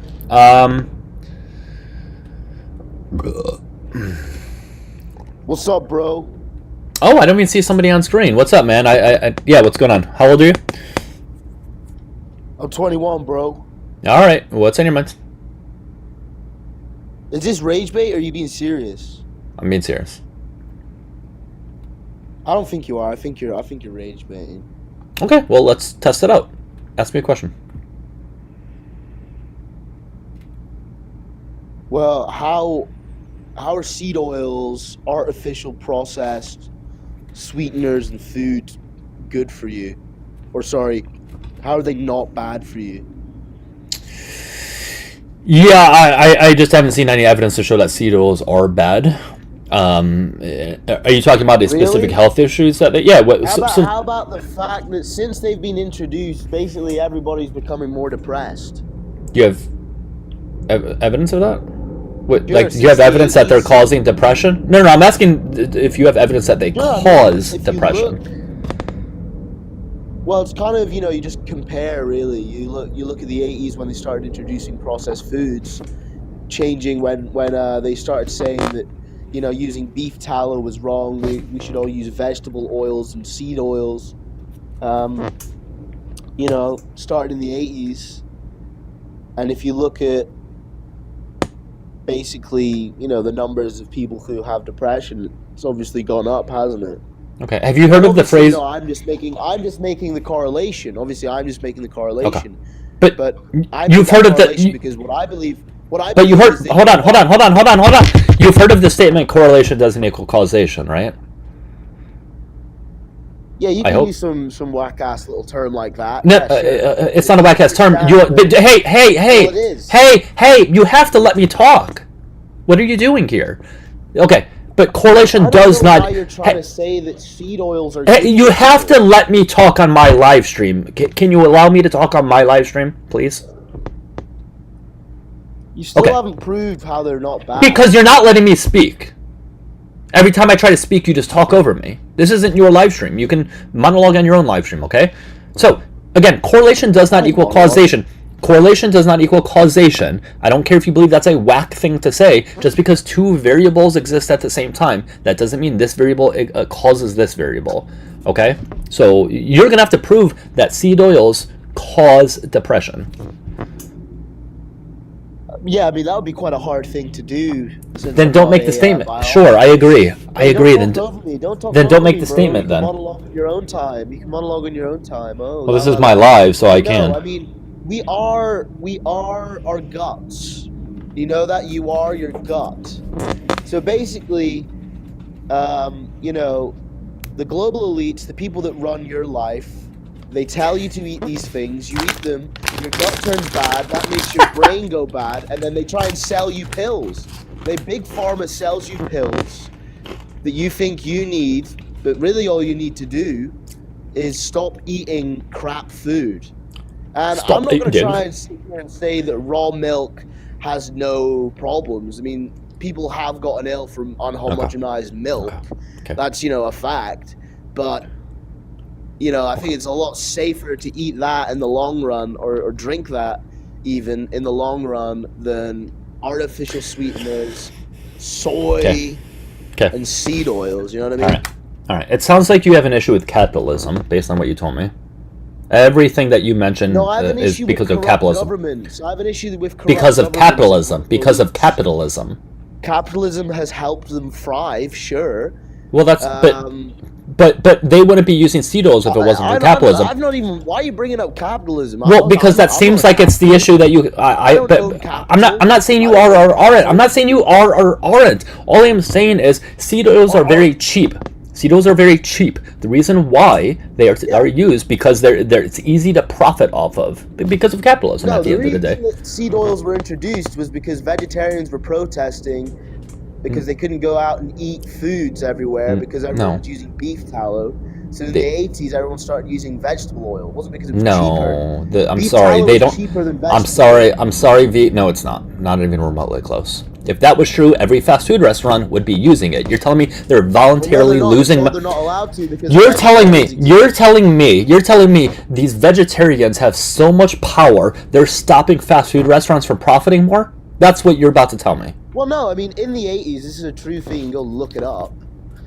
In the 80s, that's what happened. And sure, companies, because of capitalism, they looked at it as, oh, if we don't change beef tallow, we're losing out customers. We're losing out people who are not going to come to a restaurant because we're using beef tallow. So, yeah, sure. I mean, that's another... You could have just said that and disproved my point. But no, vegetarians protested in the 80s, and that was what really made the change. I think you're going to have to prove that. It was directly that. But no, I'm not a capitalist. I'm not pro modern capitalism. Okay. I think on paper, Okay, we don't need to get into that. Yep, we don't need to get into that. Well, don't bring it up then. Don't Okay, bring it up, bro. no. You don't understand nuance. I brought it up as a side point. You have to let me talk on my live stream. Oh my god! You have to let me talk on my live stream. You've been talking 90% of the goddamn time. Okay. Okay. Okay. Great. So let me please speak. Okay. So I brought up capitalism just as a side thing. I didn't want to get into a whole goddamn 10-minute discussion about capitalism. All I was saying was, at the end of the day, that seems like the issue. And I'm sorry, you're gonna have to show that vegans in the 80s somehow caused all of these things to happen, and they still have that much sway today. It wasn't vegans, it was vegetarians. Whatever, man. You know what I'm saying. It doesn't matter. I would like for you just to provide any evidence that seed oils do cause depression. What would be that mechanism that it leads to depression? I believe they cause mental health issues. How? Including depression, sure. How? Show me the mechanism. So let's look at... Sure, let's get something up here. So, if you Google seed oils good or bad, you know, they're considered healthy by mainstream nutrition science. And as a conspiracy theorist myself, that's really where it stops. Mainstream nutrition science. Okay, let's look at that. Okay,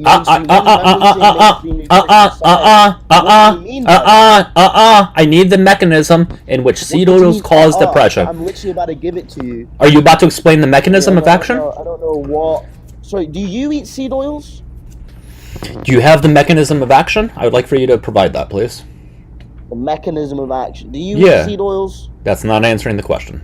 Like what? Like what? What do you eat that includes seed oils? Mechanism of action. I just want to know what you eat that includes seed oils. Mechanism of action, please. Sure. So seed oils cause inflation. Not inflation. Sorry. Inflammation. Inflammation? You don't have to, be rude. It's okay. Seed oils cause inflammation? Okay, I just want to make sure. You don't have to be. You don't have to be rude. So they don't cause it. You know what I said, right? You said inflammation.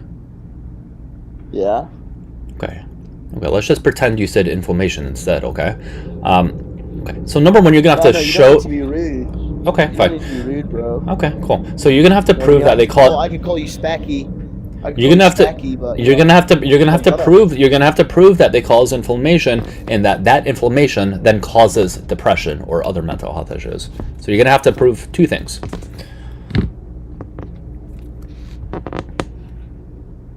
Yeah. So the lie that seed oils contain essential fatty acids that support cardiovascular metabolic health when you consume in moderation is a lie. It's a complete lie. Are you explaining how they cause inflammation? Because that's what I asked for you to do. They try. Well, I'm trying to speak, bro. Okay. I'm trying to speak. So, do you think that all fats are bad for you? I need you to show that they cause inflammation. Please stop avoiding the question. I'm asking you a question. You said. Do you think that all fats are bad? We are talking about inflammation right now. Stop trying to change the subject. Okay. I asked you to give me the mechanism of action of how seed oils cause depression, and you then said they cause inflammation. So I need you to show that they cause inflammation, and that inflammation causes depression. No, I'm not trying to say that. I'm just saying that that's part of it. I'm not saying that inflammation causes depression. But then how do they cause... So then how do seed oils in general cause depression? How's your gut right now? How's your gut feeling? How do they cause depression? How do they cause depression? Please answer the question. Through the gut. Through the gut. Please explain further. Okay, through the gut what? Gut what? I asked you how they cause depression. You said through the gut. That's not a response. Through the gut. ... What?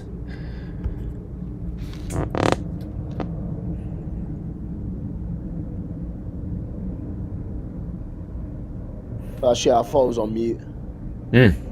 Okay. So they... yeah, I probably won't be able to find a study.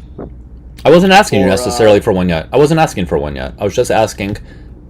You said it causes gut or something, or I don't even know what you said, all through the I gut. can really give you is my own personal experience. I'm asking you. I know, but you said they cause depression. I've cut out seed oils and artificial sweeteners and stuff like that, and I feel quite good. Okay. You know. Okay. How long ago did you do that? About a year and a half ago. Okay. During that time period, did you gain weight, or did you stay the same weight, or lose weight? I stay the same way. I don't know if I gained or lost, but nothing changed when I looked in the mirror, really. All right. And what other changes did you make? What other changes did you make within your diet? My skin was changed to my diet. Yeah. Yeah. So I'm from the UK. Uh-huh. And we have farmers markets and stuff like that where I live at a local farm, and basically I just bought all my produce from there. Okay, so it sounds like overall you just made healthier decisions and healthier food choices. How do you know that it was the seed oils and artificial sweeteners that caused you to feel better? No, I cut out all seed oils and artificial processed foods. So are you saying that that's a healthier lifestyle? Well, it depends on specifically what else you did in relation to that, though. Yeah, I would say in general, cutting out processed foods is good for you. What I did is I went to my local farm, farm shop, okay, and bought raw foods and ate that. None which were processed at all. Yikes. Yeah, I'm not pro processed foods. And you're saying that sounds like a healthier lifestyle choice. So why are you artificial sweeteners aren't bad? Because it's not the seed oil. My point, aren't you? I'm not. It's not the seed oils. It's the fact that you ate less processed foods. You could have got healthier. No, you're saying that process. Yeah. So you don't like processed food? You think they're bad? I think in general we should minimize them. Boom. There we go. I think you should cut them out completely and never touch them ever again. Well, here's the deal with that. In a perfect world, you would be correct. In a perfect world, you would be correct. We don't live in a perfect world. If you're expecting every human being to cut out all processed foods, that's not going to happen. I'm not expecting every human being to cut out. So what I am expecting is people who have the choice, like you, I assume, to not do it. I assume you make enough money that you could go and buy raw foods, right? Okay, that's not the point. The point is, it wasn't the seed oils. It was you minimizing processed or taking out all processed foods. That's why you felt better. Which included seed oils. You could have kept seed oils in your diet and removed processed foods, all that aside, and still been just as healthy. Yes. Okay, but I'm not going to use your anecdote. Your anecdote isn't evidence. Your anecdote isn't evidence. If I used sunflower oil, your anecdote isn't evidence. Tallow instead of tallow. You'd be healthier. Okay?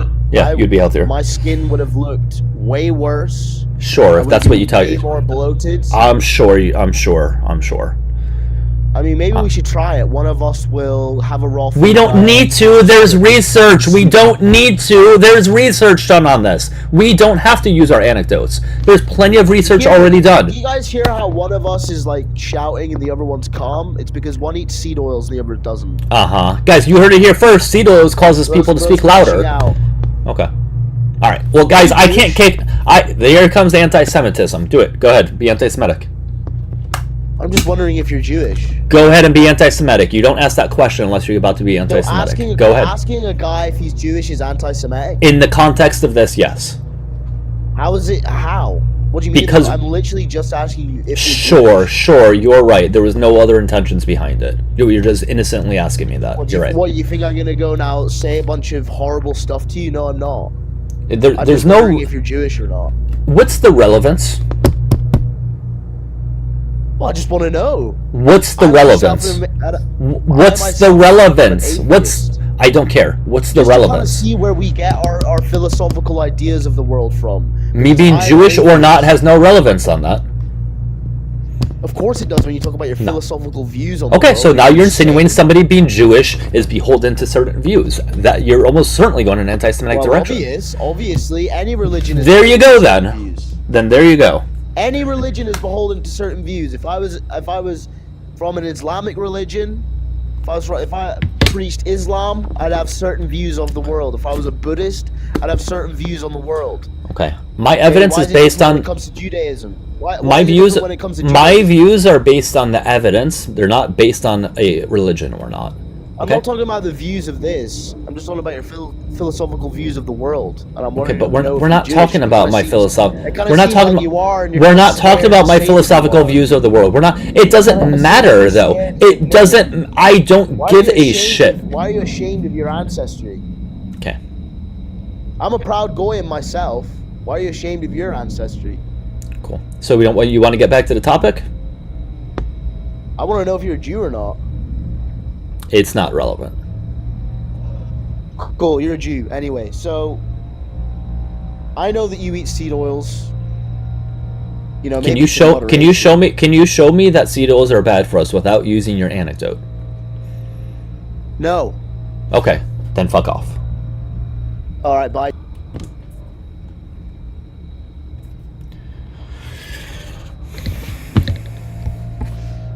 Yep, guys. Apparently, according to this YouTuber, I am consistently proved wrong. I think you mean proven wrong. And his just digs his head further into the sand. Well, unfortunately for you, Eyes of Arson, he didn't give any evidence to prove me wrong. He just said claims. That's all he did. I am sorry. You saying seed oils are bad because XYZ isn't proof. It's just a claim. Please explain to me how I was proven wrong there. Show me what evidence he provided, please.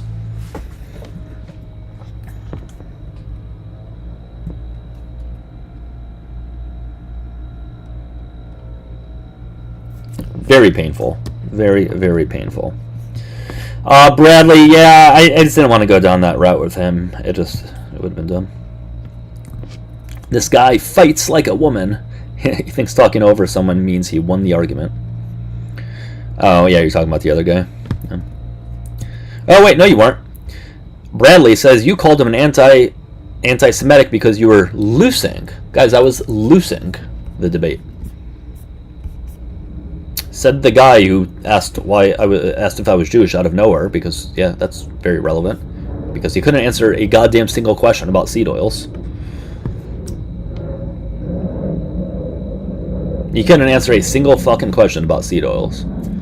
I hate to break it to you guys, just because there is somebody on the live that's saying things that you agree with, that doesn't mean that they win an argument. They're just saying things that you agree with. I've watched plenty of people on the left lose debates, despite me agreeing with their overall views. They just were bad at fucking expressing the views and debating, okay? I can separate the two. You guys seem to not be able to do that. Just because you agree with somebody's views, that doesn't mean they're always winning a debate. You have to be good at debating. You have to be able to provide the evidence to win a debate. You can be someone you can debate a flat earther, for example, right? We all know, hopefully, that the earth is not flat, although I'm sure there's some people in the chat who believe it is. You can debate a flat earther and lose, despite you factually being correct that it's not flat. You can still lose the debate, okay?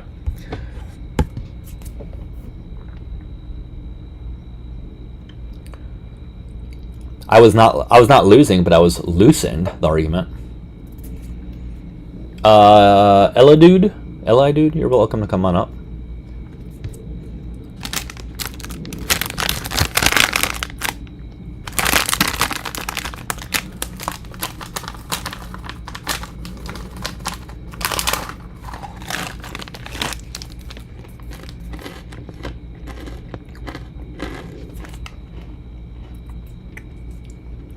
Yeah, Kat, I don't know what they were trying to say.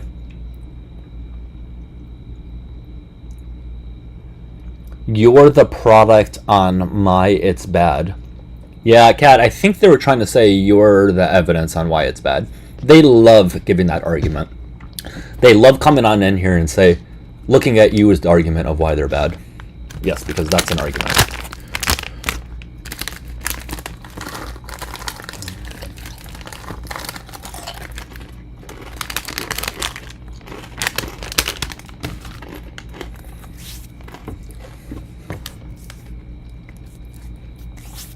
Alright guys, keep tapping and sharing if you can, please. The YouTube comments, for some reason, they're not loading. So if you're leaving comments right now, I can't see them. I don't know why it does that. It gets kind of annoying, to be honest. Hey guys, if you're watching the live on TikTok, give me a follow, please. Click the red follow button. And guys, let's get the likes on up, please. I don't expect us to get like hundreds of thousands of likes, but tapping the screen and liking it kind of gets more people in here. Not kind of, it does. So if you guys can help do that, that'd be great. If all of you contribute, all 81 of you, we can get the likes on up pretty quickly. Okay. If we spread the distribution of wealth, we can get it on up quicker. If you're watching on the tube, you can subscribe to me, please, if you want. Vinny, I do agree with you.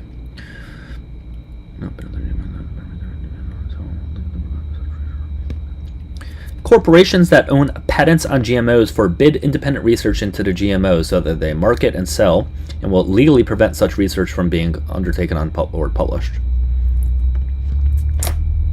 There's plenty of studies on GMOs. I don't know what you're talking about.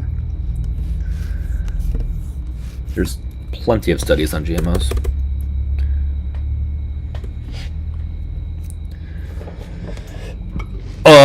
What's this? Artificial sweeteners can have adverse effects in the long term? Like what?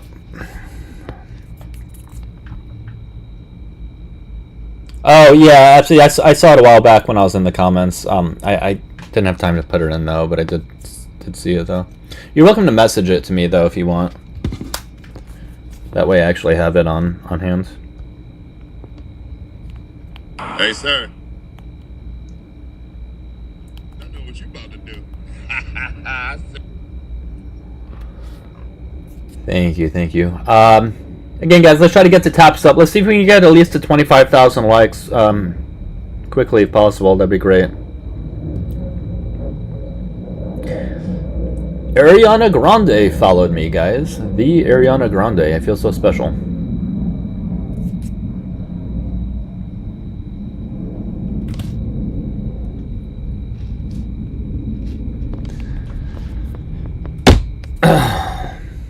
Stroke, heart attack, vascular issues. You're gonna have to show some evidence of that, Ethan. I have no idea what mechanism of action would even be involved in causing that.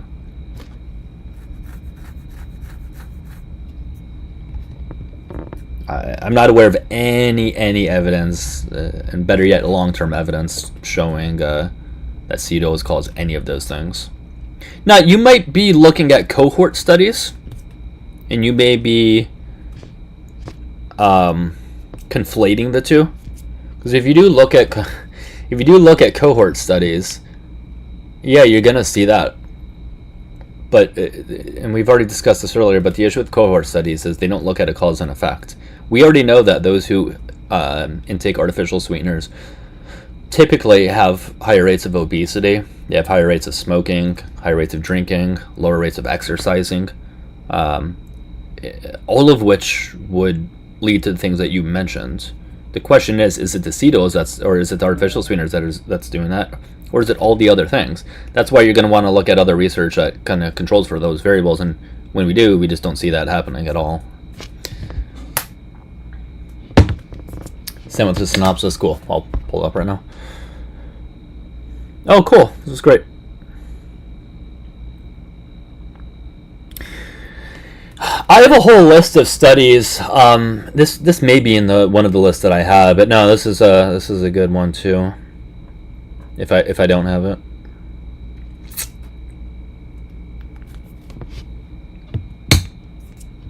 Democrat, you're welcome to come on up, okay? You can complain all you want in the comments. Just come on up. If you feel that I am wrong, wouldn't it be incredibly satisfying for you to come on up and prove me wrong in front of the people watching? But you're not going to do that because you don't have evidence. You're just waiting for somebody else to come on up who appears to be more knowledgeable than you. That's all the commoners do.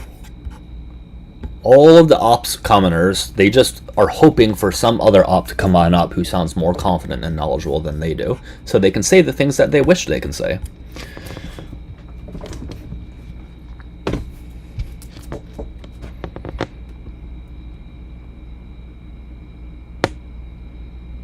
The irony of saying cutting out processed foods is why health is improved, while saying that artificial sweeteners seed oils aren't bad for you, which are processed foods. Dumb as fucked.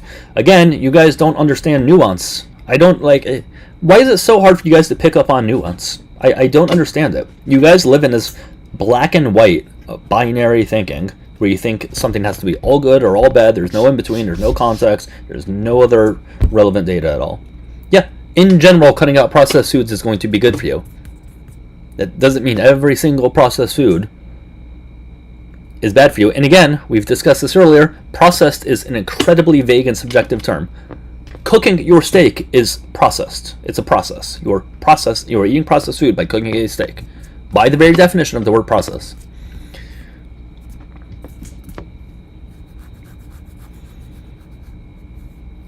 Anything that you eat could be considered a process if you're going to use the term literally.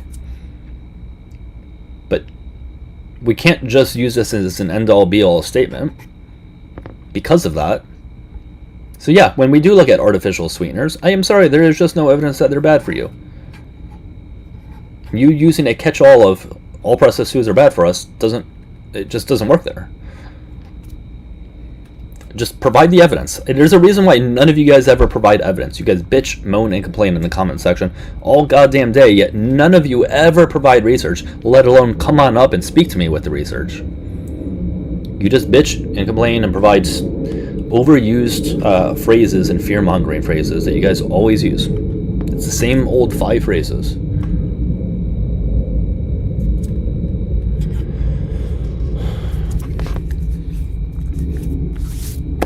I just don't understand why you can't provide evidence. Like, there's so many comments here on YouTube. If I scroll back up through everything, I don't think there's a single reference of a study at all.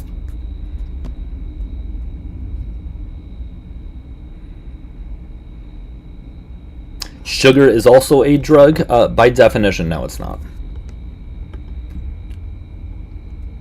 By definition, sugar is not a drug. Now, if you want to say that people can use it like one, sure, but it by definition is not a drug. Just as sex is not a drug, but people can use it as such. It is not. This is why you guys are so fucking stupid. You guys don't know words. You guys don't know phrases. It's just not. Again, you are confusing people who use it as such with it being that.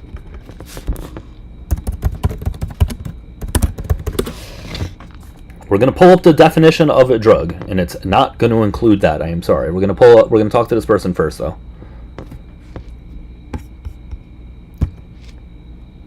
Hello.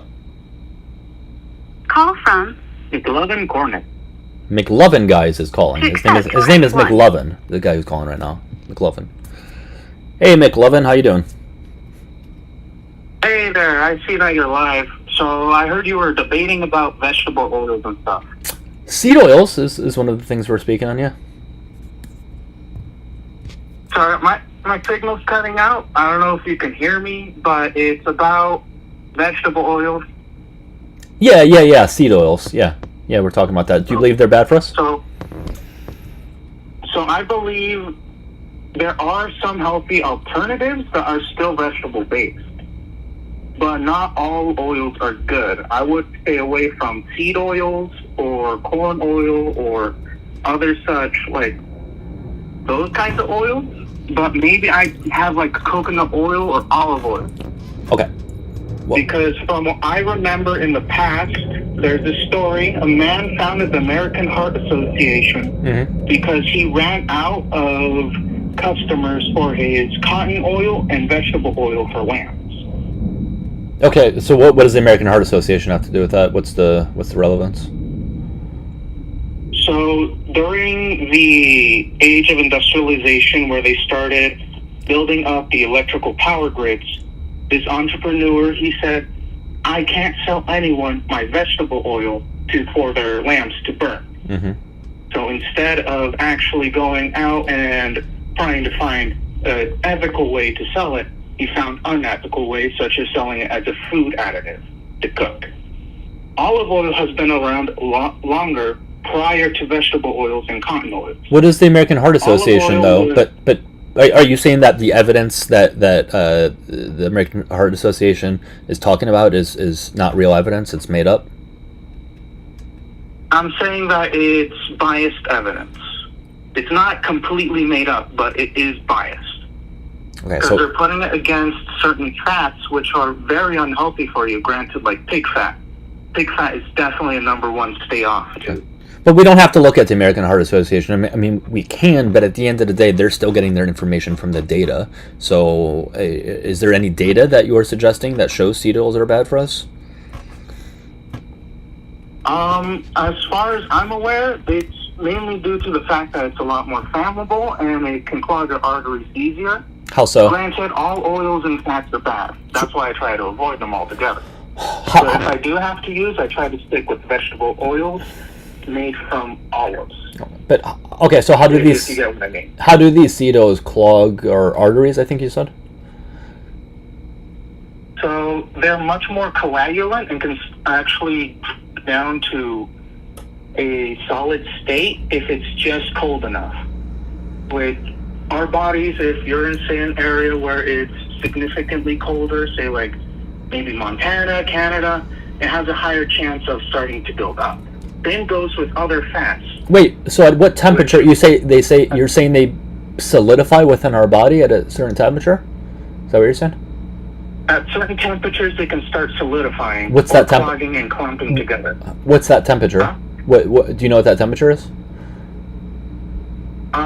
With some that I'm far aware can be as low as room temperature. Oh, but the body is 98.6, so that's not going to happen there. It depends on your environment. But no, your internal no. Your internal body temperature is always 98.6, or at least within a small margin of error of that. Just because you live in like Minnesota in the wintertime, that doesn't mean your internal body temperature drops. You'd be dead if that happened. That is true. Wait, so how would it solidify in the body then if that's the case? So as time goes on, it will coagulate. Because as everything does, it coagulates. Blood coagulates everything. It keeps your body pumps your heart to keep your blood moving. There are times where if you're sitting down too much or you're not doing too much activity, you will need to do activity or else they can start coagulating, specifically fat. Okay. How do you know it does that within the body though? Like what are you basing that off of? Some medical books I remember reading. And which ones are those? But if you're not... Huh? And which ones are those? I just read all the random books in the library, but that any oil can be counteracted with plenty of exercise. Just that it's a lot harder to do it with things like pig fat or vegetable oils.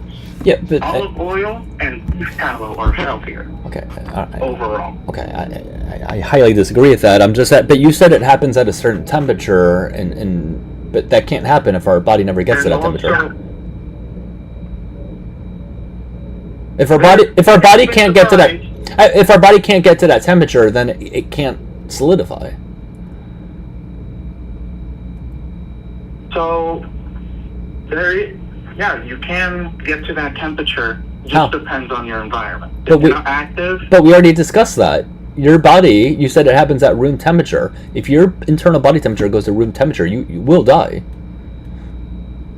You will die well before that, actually. Like way well before that.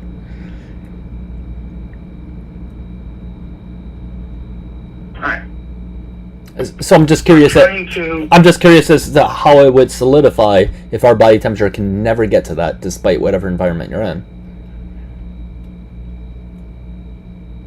Yeah, I guess I gotta agree with you on that. Okay. So in which other way would it be? In which other way would it be bad for us then, if not that? So in the other ways would also be stored fat. Vegetable oil is high in caloric content, just like any other oil. Sure. Just that it's also quite high, just like some worse oils, like vegetable. So vegetable, corn, pig fat, and a few other types of fat mixes people get like chicken fat, that can be pretty bad.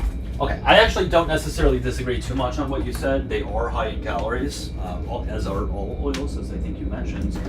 So with that being said, yeah, I think one should sort of be careful of how much they're having, but that's not inherent to those oils. I mean, butter, beef tallow all have the same amount of, if not actually more calories per serving. So if we're looking at that, those things would also be harmful. And if I were in a position, I would probably get like olive oil per se. I think olive oil is great. I think olive oil is great. Yeah, I think olive oil is great. But I just don't have a problem with seed oils or any of those things that you mentioned, because I just don't see evidence that they're bad for you in the way that you mentioned. Yeah, because in older books of history, olive oil gets mentioned up a lot because olive oil was considered a much better item for cooking. Uh-huh. It was also one of the few that was considered early on because, unlike vegetable oils and other oils, you didn't have to use heavier processing to actually get the oil out. It was so much more natural. All right, so you said you think beef tallow is good for us then? Is that what you're saying? More or less, but I would probably stick with olive oil. That's my personal opinion. Well, that part I don't disagree on. Again, I think olive oil's a good option to have. All right. Well, anything else that you wanted to say? Not really. All right. It's been nice talking to you. And for those viewing, make sure to stick on the topic of oil and buttery fats and all that stuff instead of going straight to other stuff. All right. Well, I appreciate the conversation. All right. Have a good day. All right. Take care. Sorry, guys. I'm just making a protein shake. Sorry. Give me a minute. Sorry. I'm sure I'm being really annoying right now. I'm sure you guys can't even really hear me. I'm sure I'm talking to myself, actually. But I don't want to test that theory out. All right. One second. Don't run away.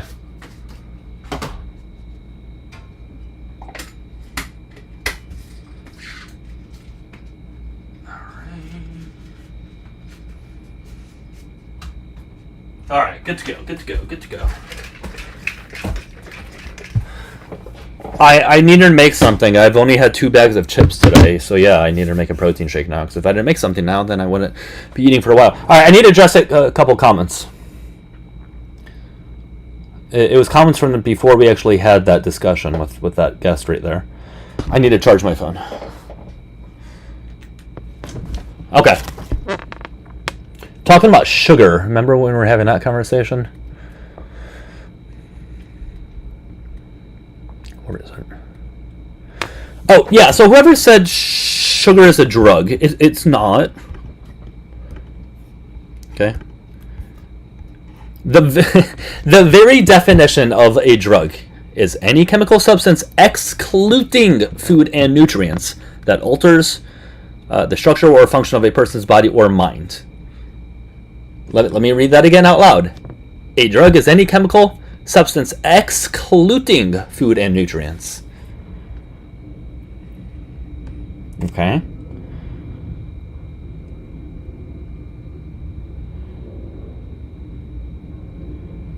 Again, I am not saying that people can't use it as such. Just like gambling. Gambling is not a drug, but you can use it as such.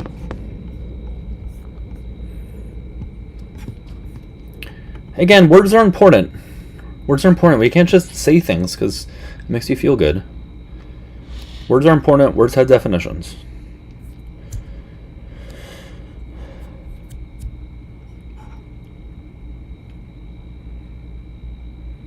Sugar is not defined as a food. Yes, it's a nutrient. Yes, it is. Sugar is a nutrient. Hello.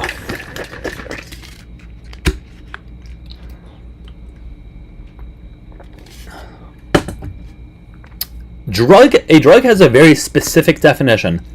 Processed doesn't have such a strict definition as drug does. Exactly, Vinny. It's by definition nutrient. It is not a drug.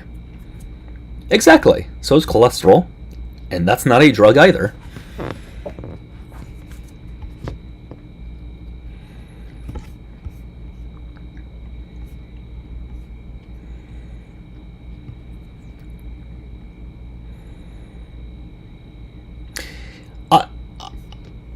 People do say weird things, yeah.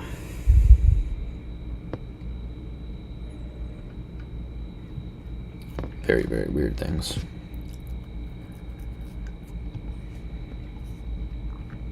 Oh, there you are, Phoebe. See you in the comments there. Hey, by the way, if anybody wants to mod for me on YouTube, that would be helpful, because I only have a couple. Not all of them are able to do it, of course, at all times. So, if you watch me on TikTok and I know who you are, and you want to mod, let me know. You can just let me know in the comments here, and then, assuming I know who you are, I've seen you before, just message me on TikTok, and then we'll go from there. You're going to address the wide established scientific consensus on artificial sweeteners' impact on reduced gut microbiome diversity? Yeah, where's this wide established scientific consensus? I'm wondering where that is, because you are somehow acting like I am being very contrary to the evidence, whereas you are.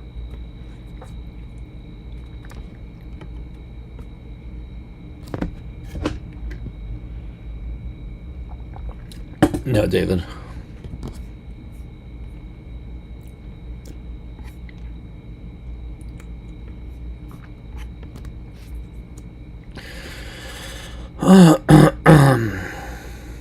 Hey guys, make sure you subscribe to me if you're enjoying the live on the tube. On TikTok, click the follow button, the red follow button on the top left.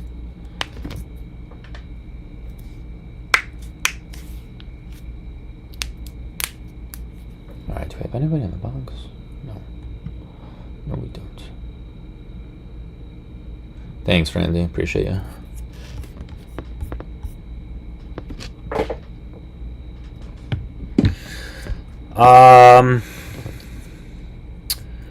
Cell press personalized microbiome driven effects of non-nutritive sweeteners on human glucose tolerance. Good. I'm happy that you provided a title of a study. Almost nobody does that here, so I do applaud you for that. Even if we end up disagreeing, I still applaud you for that. Let me pull it up. Give me a second. God damn it.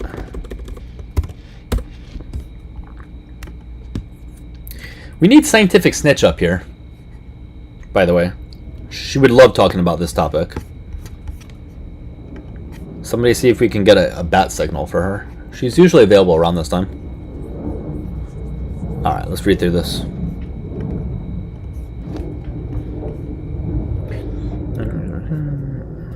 Glucose tolerance.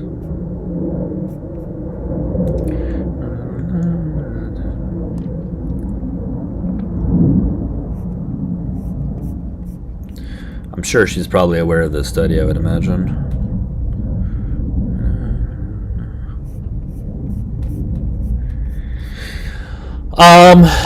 You sent one? Cool, cool. I don't know if she'll respond to it or not. She probably gets a lot of messages. Whoever sent this to me on YouTube, I forget your name because I'm looking through it right now. If you just want to say, like, kind of like what the end results were, or at least what you interpreted the end results as. Because it's a pretty lengthy study.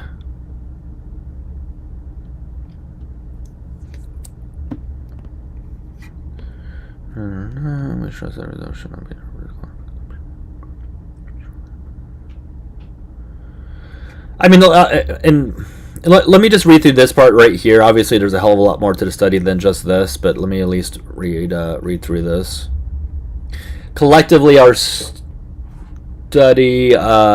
suggests that commonly consumed NNS, that would be non-nutritive sweetener, may not be physiologically inert in humans as previously contemplated, with some of their effects mediated indirectly through impacts exerted on distinct configurations of the human microbiome. We stress that these results should not be interpreted as calling for consumption of sugar, which is strongly linked to cardiometabolic diseases and other adverse health effects.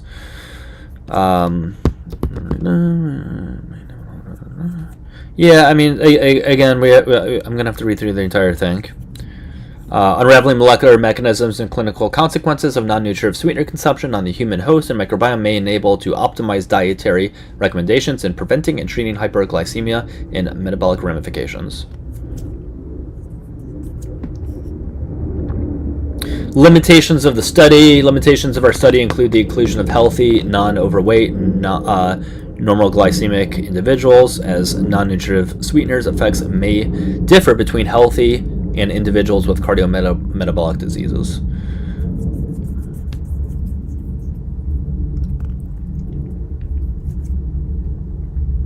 There's a whole bunch of other limitations, but I think you guys get the point.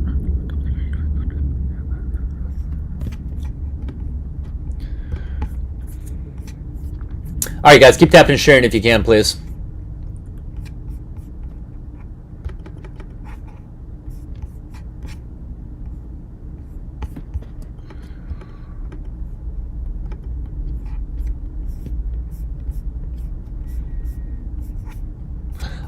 But yeah, I mean, listen, at the end of the day, I've never claimed at all that there's zero negative effects from artificial sweeteners. There's not a single thing that has zero negative health effects. All my point is that whatever negative health effects there are, I think they're very minimal in relation to sugar. And that I think they would be a much better option, all else being equal.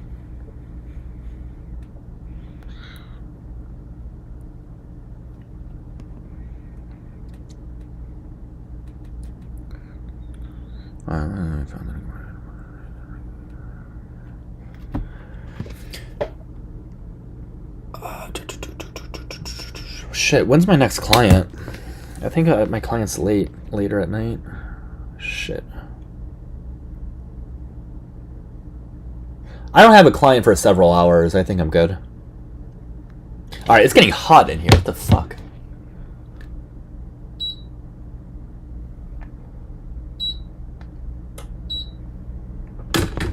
Alright.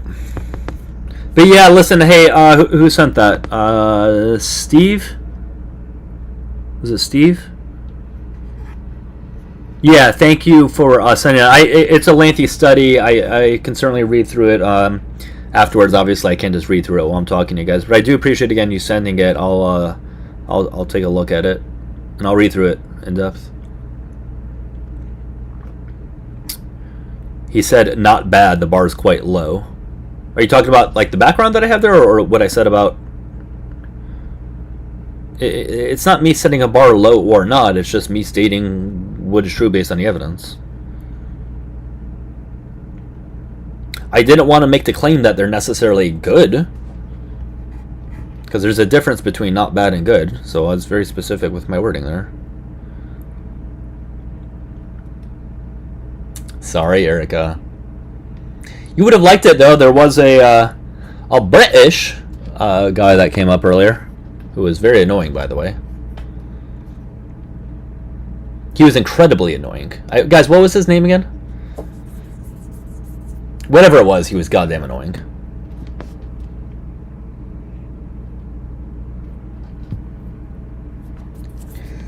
Hello, Erica. I just want to point out to you, many of us say the T in the middle of the word British. Okay? Let me mock you, please. It's a very specific accent where they don't say it. Which one is that? Yeah, what's that specific one? Well, it's London, really, where they Gotcha. say British. Okay. Yeah. Guys, yeah, we can change to a political live. I have a bunch of time. It looks like that's what the people want. So yeah, I don't know if Erica, if you want to join, I'll restart and do a different topic. No, if you're free. But listen. No. I want to restart. I've been doing this topic for too long, and I actually have a couple hours to work with. I wouldn't mind you keeping me awake for another hour at least, because now, you know, when you're on the verge of like, my eyes are closing, but it's only 8:30, and if I go to sleep now, I'll be awake at 3 a.m. Yeah, keep me awake for another couple of hours, Doug. Got it. All right, guys, we'll restart, okay? So follow me on TikTok. If you're watching on YouTube, I am going to switch to a more politically oriented live. You are welcome to join if you want. If not, hope you enjoy the live. Click the subscribe button. Give me like a minute. I'll end both of these, but give me a minute, okay? I just got to sort shit out over here. But, yeah, I'll see everybody there, okay?